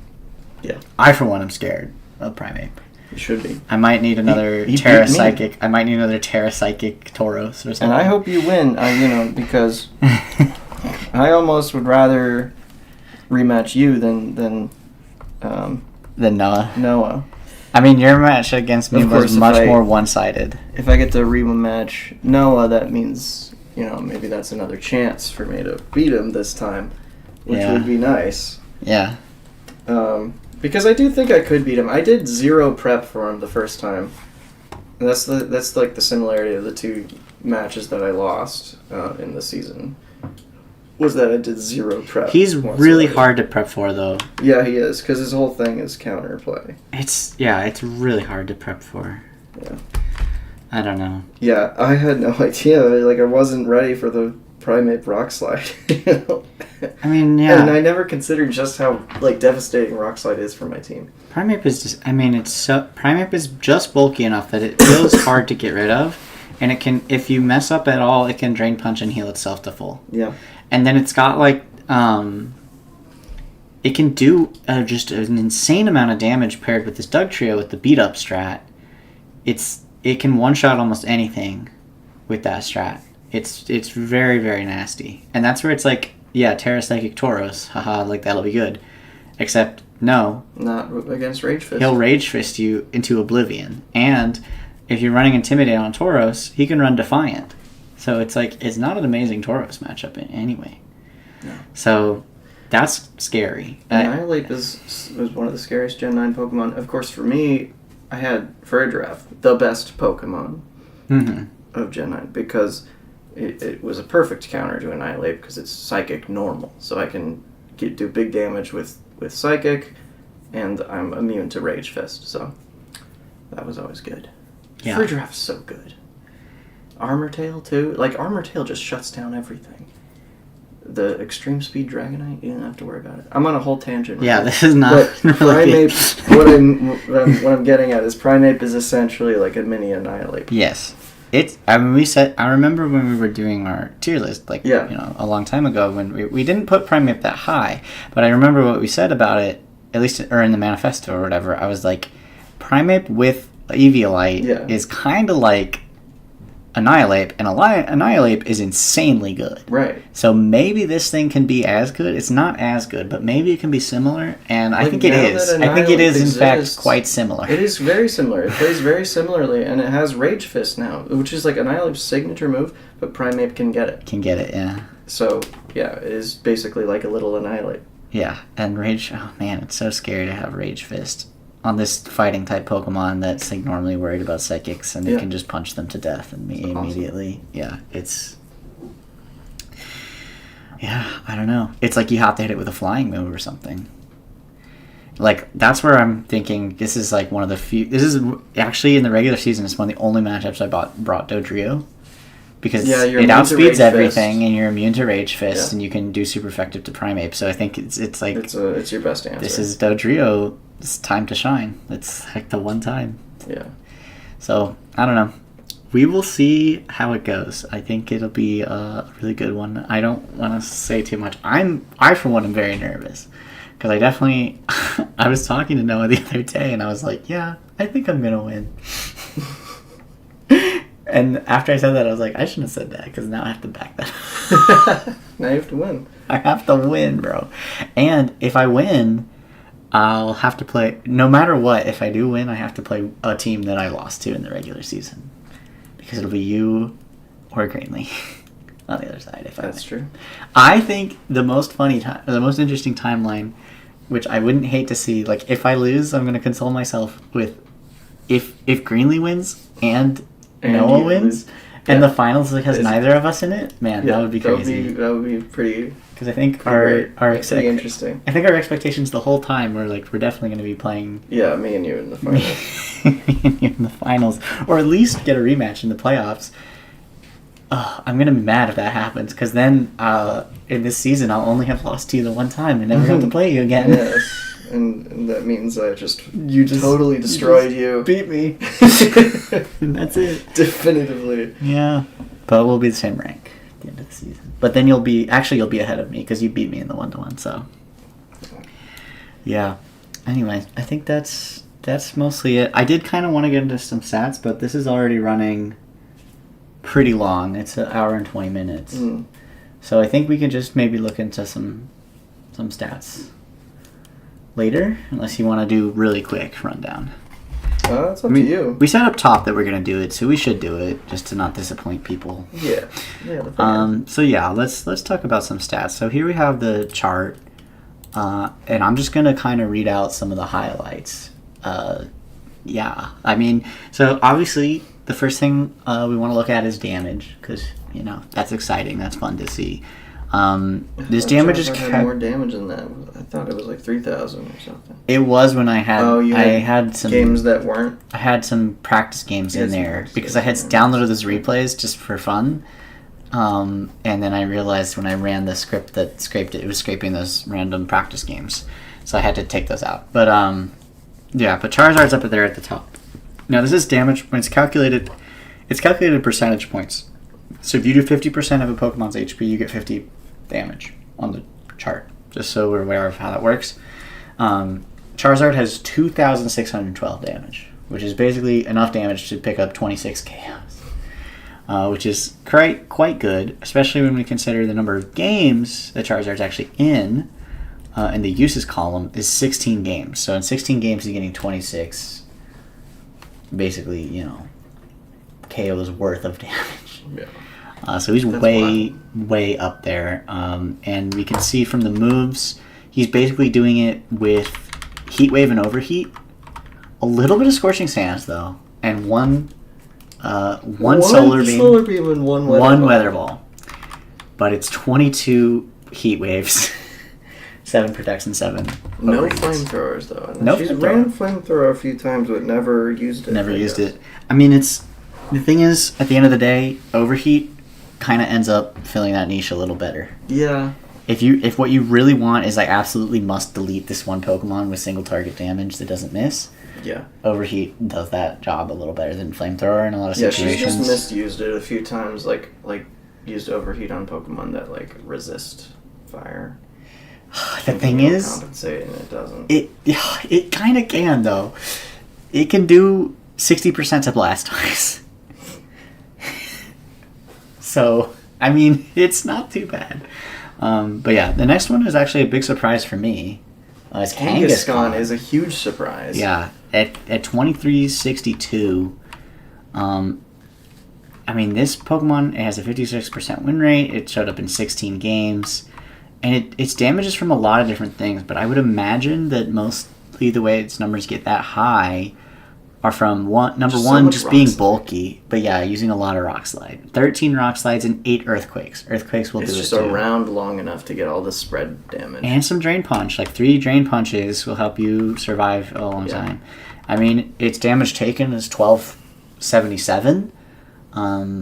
So it's obviously tanking quite a bit. It's only healed 36%. Yeah, that isn't actually that much for 3 Drain Punches. Yeah. That's 36% of your... So the Drain Punch doesn't probably account for doesn't much account of the for damage. much. Yeah. It's just sitting around a long time and using a lot of spread moves, especially Rock Slide. And speaking of that, Arcanine is next on our list. Number 1 Rock Slide 2300. I mean, yeah. It uses 22 Rock Slides.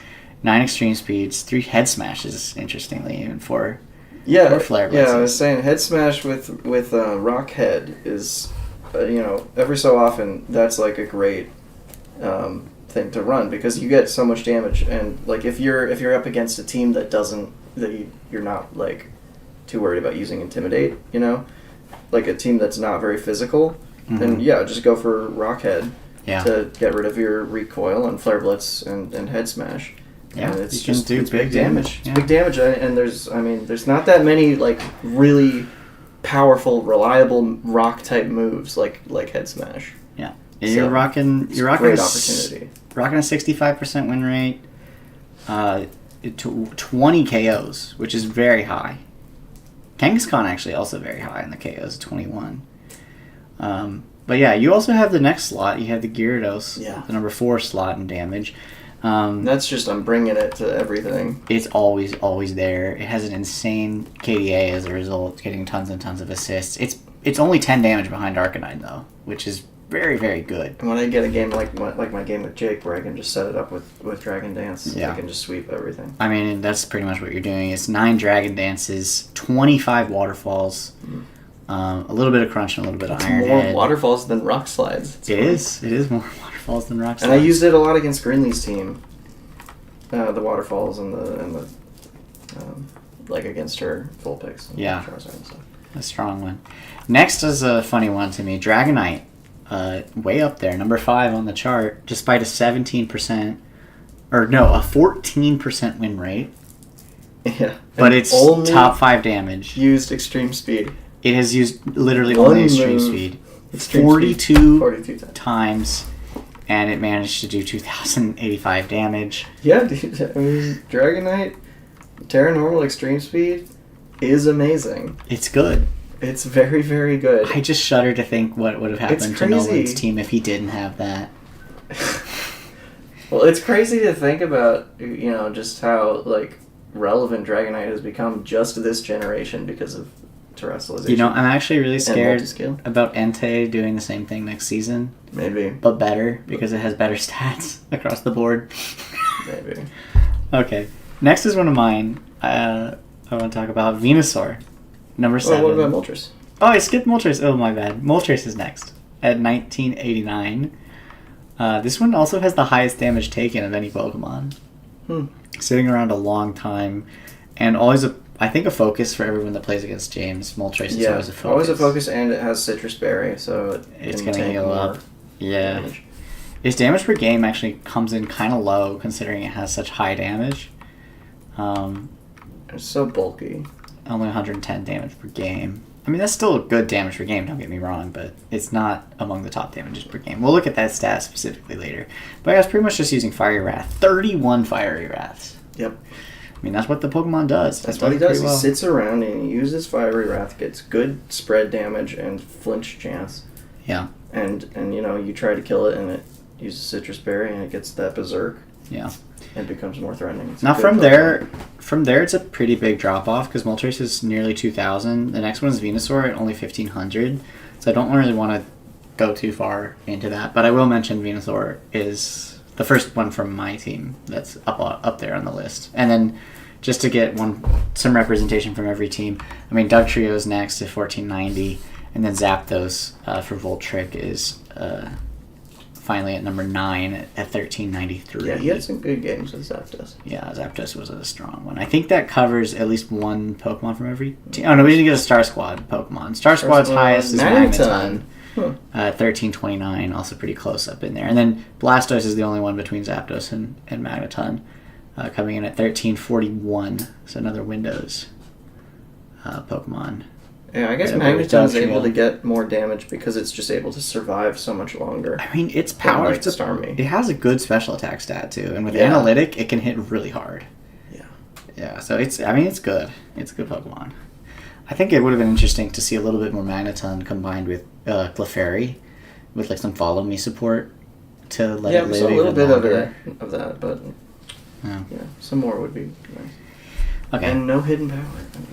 So we talked about the top damage. We can look a little bit at the top damage taken. I do think damage taken is just which Pokemon are dying a lot, and it's a lot of the same Pokemon. I mean, we talked about Moltres at the top. Next is Charizard. You have Dragonite up there. It's always dying every game, and it's showing who's dying a lot and who's like leading, tanking so much damage. Who's soaking it up. Yeah. Arcanine is up there. Yeah. Like a lot of anytime Arcanine gets hit by a super effective move, a ground or a water type move, it just dies. Yeah, that's the one drawback to Arcanine. I'm kind of surprised to see this one. This Mewtwo is actually number 5, and that's like, I mean, number 6. Well, number 5 because it starts. Yeah, number 1 is the labels. So, so 5 is Mewtwo. It's people see Mewtwo and they get everyone's so prepped for it. Yeah. So its damage is taken as 1,300. I mean, this is one where it took more than it dealt. I'm like so scared for Lugia in Gen 2. It's gonna be like Mewtwo, but it can tank. Yeah, I think tanky legendaries are more valuable in a draft league than non-tanky legendaries than like glass cannon types. I don't know if you read my write-up for Kingdra, but I was like doing the damage calculations for it to see like if you got like a crit sniper Draco Meteor with Terra Dragon, like could you one-shot Lugia, and it's a 25% chance. Yikes. Crazy. Yeah, Lugia is nuts. I mean, special defense is its best defense, but its defense is still 130. Yeah. I think the only saving grace... Like, Tyranitar is a 90% chance. Tyranitar Crunch, like 90% chance to one-shot Lugia. But still, you have to be Terra Dark. Multi-scale? Lugia is multi-scale? Lugia is multi-scale. Oh, shit. So that's probably part of why it can't be one-shot. You just kind of can't one-shot multi-scale Pokemon. If you did a little chip, you'd probably one-shot it a little easier. Yeah. But we're talking about Gen 1 right now. So the damage taken... But it's fine. We're in the end.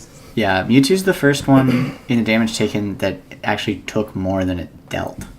And then Gengar has the exact same as Mewtwo, actually, and took way more than it dealt. It did 584 and took 1,300. That is sad to see.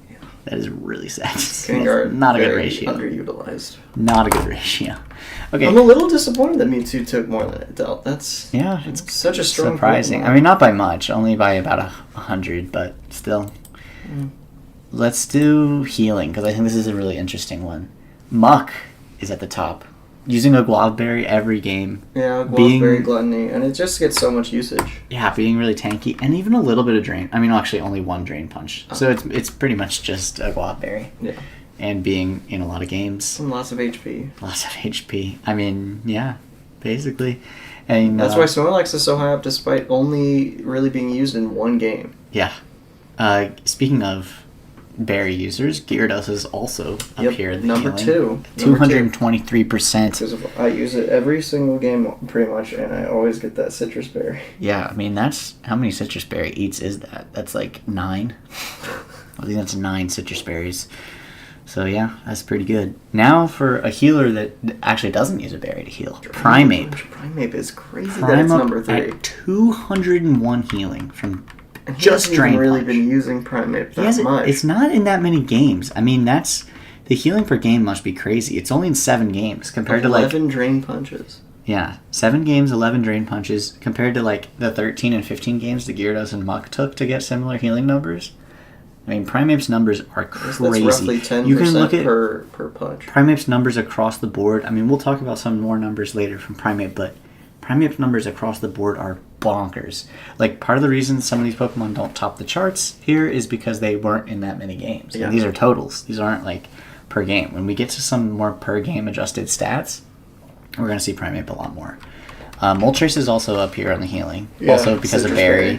And then Vaporeon is the first one is another one that's not a berry. This is fully just like leftovers and water absorb. Because it's just around for so long. And yeah, water absorb is great ability. 175% healing is a lot. That's a lot for it to be mostly leftovers, and only a little bit of water absorb is crazy. And then Snorlax. Yeah, we talked about Snorlax. Big 133 only in 4 games. 133% healing. Very good. Very, very good. And then, you know what? I'll mention Executor, because Executor is up here. We got some Giga Drain users. Executor with Giga Drain and Harvest, and Venusaur is up here also. Giga Drain is 67%. Has she activated Harvest that much with Egg? Not much. I don't think much at all. I don't think we need to talk about appearances. I mean, some Pokemon always show up. It's Mach, Gyarados, Executor, Arcanine, Mewtwo, Articuno. That just means it's on the team, like one of the 6 that you bring. Yeah. KOs is a really interesting number. Kangaskhan is actually on top, which I think is a surprise. I didn't think Kangaskhan seemed that good any time I watched it. Only like one time, but it picked up 21 KOs and only fainted 10 times, which is a really nice ratio. Only one more KO than Arcanine, though. Yeah, Arcanine, but also one less death. Oh. Arcanine has 20 KOs and 11 faints. Kangaskhan did have one more use as well, though. So one more game to do it. Now, here is an absolutely bonkers, insane number that is hard to believe. Yeah. Executor with 18 KOs. And 3 faints. It is 18-3. MVP. I mean, that is MVP. Unheard of. I mean, Executor basically swept my team. Yeah. And then immediately the next week it swept Brian's. Brian's team. And Dark Horse MVP. That's all it took. And Executor's like at the top. It's ridiculous. I mean, it's above. Charizard has the same on the same team. Charizard has 18 KOs as well, but Charizard fainted 13 times. Executor was like, hey bro, why do you need to faint so much to pick up 18 KOs? Just don't die. Just don't die, bro. What are you doing? I mean, that is just... I can't believe it. Yeah. I can't believe it. That is an insane number. Moving on, we have Gyarados again. Gyarados is at the top of a lot of these numbers, man. 16 and 7. Articuno actually making an appearance. 15 and 8. Probably from early season numbers, I guess, more so than later. And then Moltres, 14 and 14, very even. And then my boy Tauros, making it on the list, 14 and 6, very, very nice. And then the last, we'll go 2 more. Ninetales is 13 and 10. My boy Gyarados is technically female. Her name is Aurelie. Okay, yeah. But Ninetales and Nidoking both tied at 13 and 10 each. Although I will say Ninetales had... Oh no, they had the same amount of games to do it. They're very similar stats across the board. But Ninetales did get a slightly better win rate. 56% as opposed to 47% for Nidoking. So yeah, pretty cool numbers. Feints, is this worth looking at? I mean, we just kind of talked about... Yeah, we did a little bit, but it's still interesting. I mean, it's some of the same ones. Moltres at 14, Charizard at 13, Mewtwo at 13. I mean, basically... But it's not quite the same as damage taken. It's very similar, though, funnily enough. But Arcanine is much lower here, I guess. Yeah, Mewtwo has 13 feints and exactly 1,300 damage taken, which to me means that it never didn't feint in a game. Yeah, that's wild. Like, it never, took a little damage but didn't feint before the game was Charizard over. and Mewtwo just be dying all over the place. Yeah. Seriously. I mean, it's... In her game with you, Charizard, didn't do anything. Just died. Every time it hit the field. It didn't matter, though. Yeah, because Executor carried. Yeah, I mean, I prepped my whole team for Charizard because I'm like, Charizard's actually the biggest threat. As long as I beat Charizard and still have something from Mewtwo, I'll be fine. And then Executor came in and was like, hey, bro, big day. I'm going to be 18 and 3.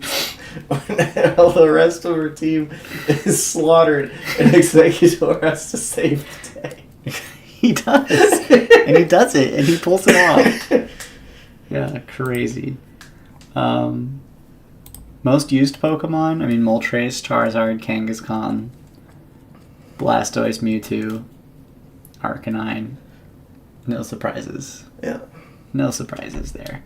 Now, assists, I think this is a really interesting stat. So, one thing about assists, the way it's calculated, if your Pokemon hits the field, then every KO that happens after that point will count as an assist for that Pokemon. The reason being, a lot of Pokemon, all they have to do is be on the field for even half a second to contribute. And it's too hard from a data programming perspective to distinguish between which Pokemon do something by existing and which Pokemon don't. Yeah. So at the end of the day, you can assist just for hitting the field. And ultimately, even if you don't have a supportive ability that sets up some condition when you hit the field, you can still be providing pressure just by being there, you know? And so I think... Doing a defensive pivot is an assist. Exactly. So you just get assists no matter what.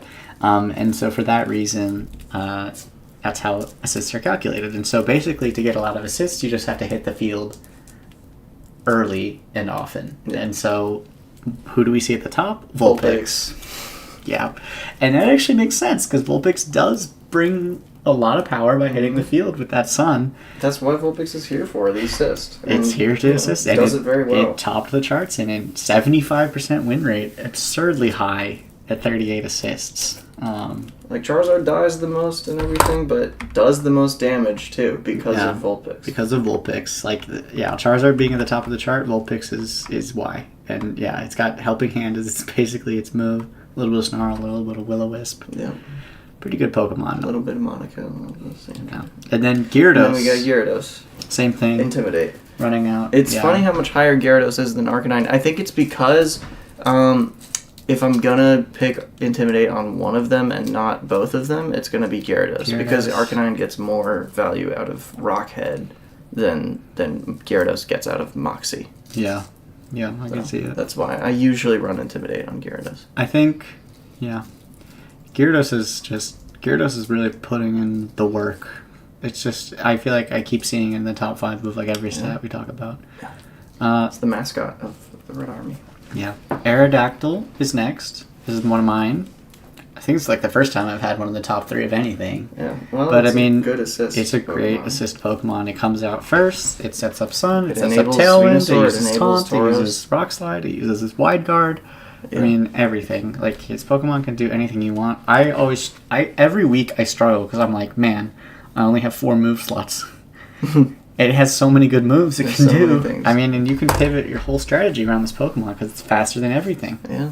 And that's just so valuable. You know, it's funny that Aerodactyl doesn't get much play in, like, larger competitive. I guess it's just, like, what it does, like so many other Pokemon in the They're better Pokemon that do it better. But in this context, Aerodactyl is one of the best Pokemon. Yeah. I mean, when Prankster exists and some slightly faster Pokemon exist, Aerodactyl can't once we do get as to much. Murkrow and Gen 2, it's going to be like... Yeah. Shit. Murkrow's like the better Aerodactyl in a lot of ways. In some ways. I mean, the Aerodactyl is more versatile in that it can use like Wide Guard and Rock Slide and shit. Yeah, but I mean, I don't know. I think, I don't know. I would prefer Murkrow. You definitely prefer Murkrow, obviously. Yeah. Okay, next is Moltres. But I think that's just because he led with Moltres almost every game. Moltres a lot. There's not like a lot of assisting Moltres does. Kangaskhan is similar. And Arcanine. Yeah. I don't think there's too much. Maybe he did a lot of pivots with Kangaskhan. That would make sense. I'd say one thing is surprising to me is how low Electrode is on the list. Electrode being way down there at 12. I felt like he led with almost every game. Yeah, that's kind of wild to me. That it didn't make the top there is a little bit surprising. I guess because you calculate it based on how many KOs happened after they hit the field, and he just didn't get that many. He didn't get that. I mean, he was losing more than he's winning at 47% win rate. You know? So, I mean, I guess it's just having a kind of slightly losing record overall. I mean, he was like 4-3, so he could have done as well as Vulpix, you'd think. I don't know. It's interesting. And Charizard is that high just because she leads it so many times. Yeah, Charizard's very high on assists. I mean, it makes sense too because it chips things a ton. Yeah, I mean, you don't get Charizard gets assists for all the KOs Executor does. It does. It does because against you anyway. Yeah, because she led with it. Okay, let's talk about win rates. Obviously, there will be some at 100 because they don't have very many games. Venonat's up there with 2 games. Damn, Venonat number 1. Venonat and Dodrio both are undefeated in 2 games. Yeah, 100%. I don't have any. Tentacruel, I have 3 undefeated. I have Venonat, That's Dodrio, all yours. And all the undefeated Pokemon are yours. Yeah, I don't have a. Just because you were like mostly undefeated in the season. I was. I went 2-0 a lot. But, I went to not only. Because of the individual games. Yeah, this is by games. You went 2-0 a lot. I went 2-0 a lot. I had very few 2-0 matches. But Vileplume made it at 80%. Oh, that's pretty 4 good. games. Yeah, because I only brought Vileplume to the 1 or 2 games, I guess. Oh yeah, it must be counting. Wait, how did you get 80%? If you were only used 4 times, how do you have 4 wins and 1 loss? That doesn't make sense. There's obviously something wrong here. Maybe it's just like if you lost the game, but you brought it and you brought the... Yeah, it's appearances. It's based on appearances. Yeah, it's not based on how many games you show up in. It's how many times are you on the team. Yeah, and I definitely had... I don't remember which game, but I definitely had like a game that I lost that I brought Vileplume on my team. Okay, Venusaur's next. Venusaur's crazy. 76% win rate. I mean, my Pokemon are just way up there because we won so many games. Yeah. Like, Venusaur's next and then Tauros. So, like, I have 5 of the top 6. Damn. I can't believe Vileplume is my highest one by a lot. Yeah, well, my next one is Mr. Mime at 11 or 10. Yeah, it's 73% win rate. It's tied with my... Like, I have Hypno and Golem up there, too. Dude, I just won so many games that I'm, like, dominating win rate. It's like Tauros, Red Army, Tauros, Mewtwo, Tauros, Red Army. It's insane. Yeah, so... I'm Primate, but here's where Windows... Like, I think it's interesting the teams that don't have as many to see which ones they do have up here. And for Mewtwo, it's Vulpix. Vulpix is like must bring for Mewtwo. Every time she left it didn't go as well. And so, lesson learned there. That's what I'm saying. Although she did win against Brian without Vulpix ever hitting the field. Yes, but she brought it. She brought it. And then Windows Primeape. Since Primeape has been introduced to that team, I mean, it's been crazy. Yeah. It's been picking up all kinds of wins. 70% win rate with that Primeape, I think, is huge. And then Aerodactyl surprisingly low, actually, for the Tauros team. It's only 69. And Jolteon was high, dude. I wish I saw more Jolteon. I feel like Jolteon was super underplayed. Yeah, so was Alexander. Like, but Jolteon more so. But Jolteon more so. That Pokemon's crazy good, and he, like, refused to bring it. Yeah. He basically did not bring it except for against you. And it owned you. It owned me. It demolished it was you. such a good, thing to bring against my team. But still, it's good until a lot of... It's not just... I mean, it has Electro Web. It's never bad. Yeah. It's kind of like... It might even just, like, be better than Electrode. It's not as fast as Electrode, but it does everything Electrode can do and more. Yeah. Yeah, it's way better than Electrode. It's just better Electrode. It's, like, slightly slower, but it's just better. Yeah. Yeah. All right. And then 2 more stats to go. I want to talk... This damage per game is really interesting. Because this is where, like, the damage numbers aren't just inflated by playing a lot of games. And at the very top is Snorlax. Damn. At 213 damage per game. That is 2 KOs per game. I mean, it only played 4 games. But that is crazy. That this Pokemon, first pick. That's the Voltrix like, sleeping like giant. Third or fourth pick overall. And it barely showed up to anything. And when it did, oh my god, it was amazing. I mean, it only has a 54% win rate, to be fair. But it's kind of in character for Snorlax, isn't it? Yeah, it is. It's true. That he barely used it, but when he did... yeah, it was role-playing as itself. But yeah, man, 9 KOs and only 2 faints, 213 damage per game. I mean, it was a menace. Yeah. I wish he had found a way to utilize it a little bit more. I mean, it could have saved him in that last game. Executor. It could have saved him this week. It could have. Because, like, if he had the Snorlax as an option, then, like, when Greenlee's leaning into Trick Room, you just bring Snorlax, and you're like, okay, thanks for the Trick Room, bro. Now I'm going to pound you. Thing is, I did some practice with Greenlee, and we realized, like, even with when I was bringing Snorlax against her Trick Room mode, she was still, like, slower. And it was still pretty good. But it was a lot better for Brian having Snorlax and Trick Room. Well, Parasect should speed tie Snorlax and Trick Room if you go min speed. Oh, okay. But I think the thing is, it's not often that people, when they're doing their EVs, they bother to remove all the IVs and choose a nature that's minus speed. Yeah. You have to do all of that, because if you don't, then... You do. If you want to be, like, outspeeding things in Trick Room, you got to go min speed. Yeah, because, I mean, it can be the difference between if you remembering it to do it and the other person not remembering to do. I made sure to do that when I did my hard Trick Room mode against your team. I went mid-speed Articuno. Yeah. I don't know that it really helped, but I did it. That's like a speed tier thing where it's very particular. But, like, generally, when you have Parasect and Snorlax that are both bottom speed tier at 30 speed, you have to do it. But yeah, Snorlax is crazy. Executor, we already talked about it. I mean, we don't need to talk about it more, but it is at 185 damage per game. Yeah. Which is just absurdly bonkers. And then Primeape. I mean, he comes up again. 167 damage per game, 12 KOs, only 4 faints. But here's where I'm in 7 games only. Yeah, Primeape is really good. Snorlax is really good. Should have been used more. But where I'm most impressed is with Charizard, because she's used Charizard like almost every game. Every single game, and it's still like number 4. 163 damage per game. It's a damage machine. I mean, that's what it does. Yeah. This is actually crazy to me. In one game, Tentacruel at 156. Yeah. That's only a KO and a half, though. It's not that nasty. It's not that crazy, but I mean, it's basically I brought Tentacruel once, and then it one-shot Kabutops. That gave me 100 right there, and then I did a little bit of chip here. Great answer to Kabutops. Yeah.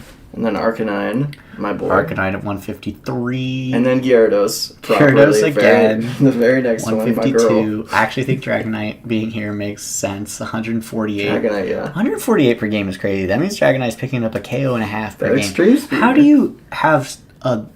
I just don't... It's crazy to me that it manages to have a 14% win rate with 148 damage per game. You're picking up a KO and a half every game, which means that means Dragonite is doing its job and a little bit more. It's just that no one else every is doing game, their job and you're just Nolinators. Completely don't manage to use any of your other Pokemon to any effect whatsoever. Yeah. It's just Dragonite. It's just Dragonite that you use effectively, and it's because Dragonite only requires you pressing one button. Yeah, it's like that's it. 2 buttons: Terra, normal, extreme, extreme speed. You're right. Yeah. So that's pretty crazy.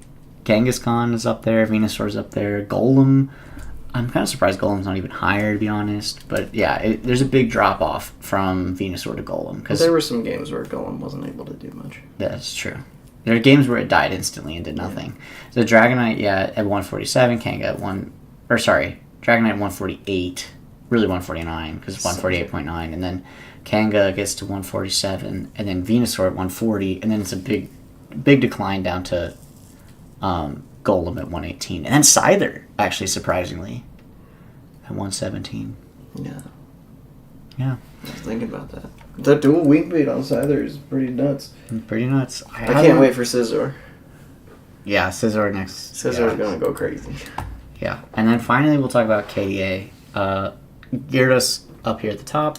No surprise. After being so high on all these stats, it's no surprise that it's way up there in KDA. A lot of assists, a lot of KOs, and not fainting that much. It's pretty bulky. Venusaur also is number 2. This is another one where finally I'm a high stat. Although I was really high in win rates, I guess. Yeah. But yeah, Venusaur actually is 12-4, which is really, really good. KD, and then it has plenty of assists at 19 because it's coming first most of the time. Now here's Executor. I mean, Executor had to be. We talked about it being 18-3. Had to be Executor. But let's talk about Executor. Okay, Gyarados. It gives a good KDA because it has 16 KOs and 35 assists. So that assists help a lot, right? Venusaur is 12-4, which is pretty good, and has 19 assists. So it's like not as bad. Executor, we talked about it being 18-3. It has 2 assists. Executor doesn't fuck around with helping you do the work. It does the work itself. Executor is fucking solo carrying the whole fucking team on its back. It's like, fuck all of you. I'm Executor. Because who was ready? Who was ready? No one was ready for Executor to be this oh my god, monster threat. It doesn't matter what happens the rest of the season. I don't think it matters what happens the rest of the season. I think Executor is going to be my favorite storyline. Yeah, for sure. Any Pokemon in the whole season. Egg. But yeah, Vulpix is next. That's just because the massive assist numbers basically pump it up. And then Mr. Mime. That's fun. I didn't even notice that. Mr. Mime got up there. It's only 3-2. I love my Mr. With 11 assists. I think it's just because it didn't die. Having that low of deaths at only 2 is really helping. Yeah. Because it only has 3 KOs and 11 assists. Oh, okay. Those aren't high numbers, but it's just so low deaths that the ratio ends up being really good. And then Primeape again. I mean, Primeape is crazy. That's great. In my I remember I adjusted in game 3 with Greenlee, and just bringing Mr. Mime and using Fake Out once was all I needed it to do. Yeah. It's the only thing it did, but it changed the whole game. Yeah. Yeah. Yeah, Fake Out's that powerful. It's a great move. And I have Kanga, Kangaskhan, Tauros, and then Hypno, actually, interestingly enough. I think it's, again, because Hypno just doesn't die. Hypno sticks around forever, because it's only got 6 KOs and 4 feints. It's got 15 assists, though, because it's my Trick Room user, basically. Yeah. I think Mime and Hypno are similar in that way. So, yeah, that's pretty much... I think that's pretty much what I want to talk about for the stats. Nice. Went over a lot of the numbers. Well, it was fun. There was like 30 minutes of just reading stats, but... Well, the stats prompt reminiscing. Yeah. On the... That's true. That's true. Our experiences. Yeah, and definitely I have posted this... Oh, I realized the whole time on the screen I wasn't showing the whole stat line, so I'm sorry for viewers. that looked bad for the last 30 minutes. But you know, it's heard fine. Us. You're probably just listening. I can't. If you're watching this. I would be shocked if someone was like just staring at the screen. Yeah. I mean, I've done that for like the actual matches. For the matches, yeah. Because it's fun. Oh yeah, you want to see the matches when we're commentating that, but yeah, for the stats, probably not so much. Yeah. But yeah, this is like a 2-hour content piece, so I think it's about time we wrapped it up. Yeah. Thanks for tuning in. If you listened to the whole thing, you're a real one. And looking forward to the rest of the finals. Me too. All right, bye-bye. Good evening.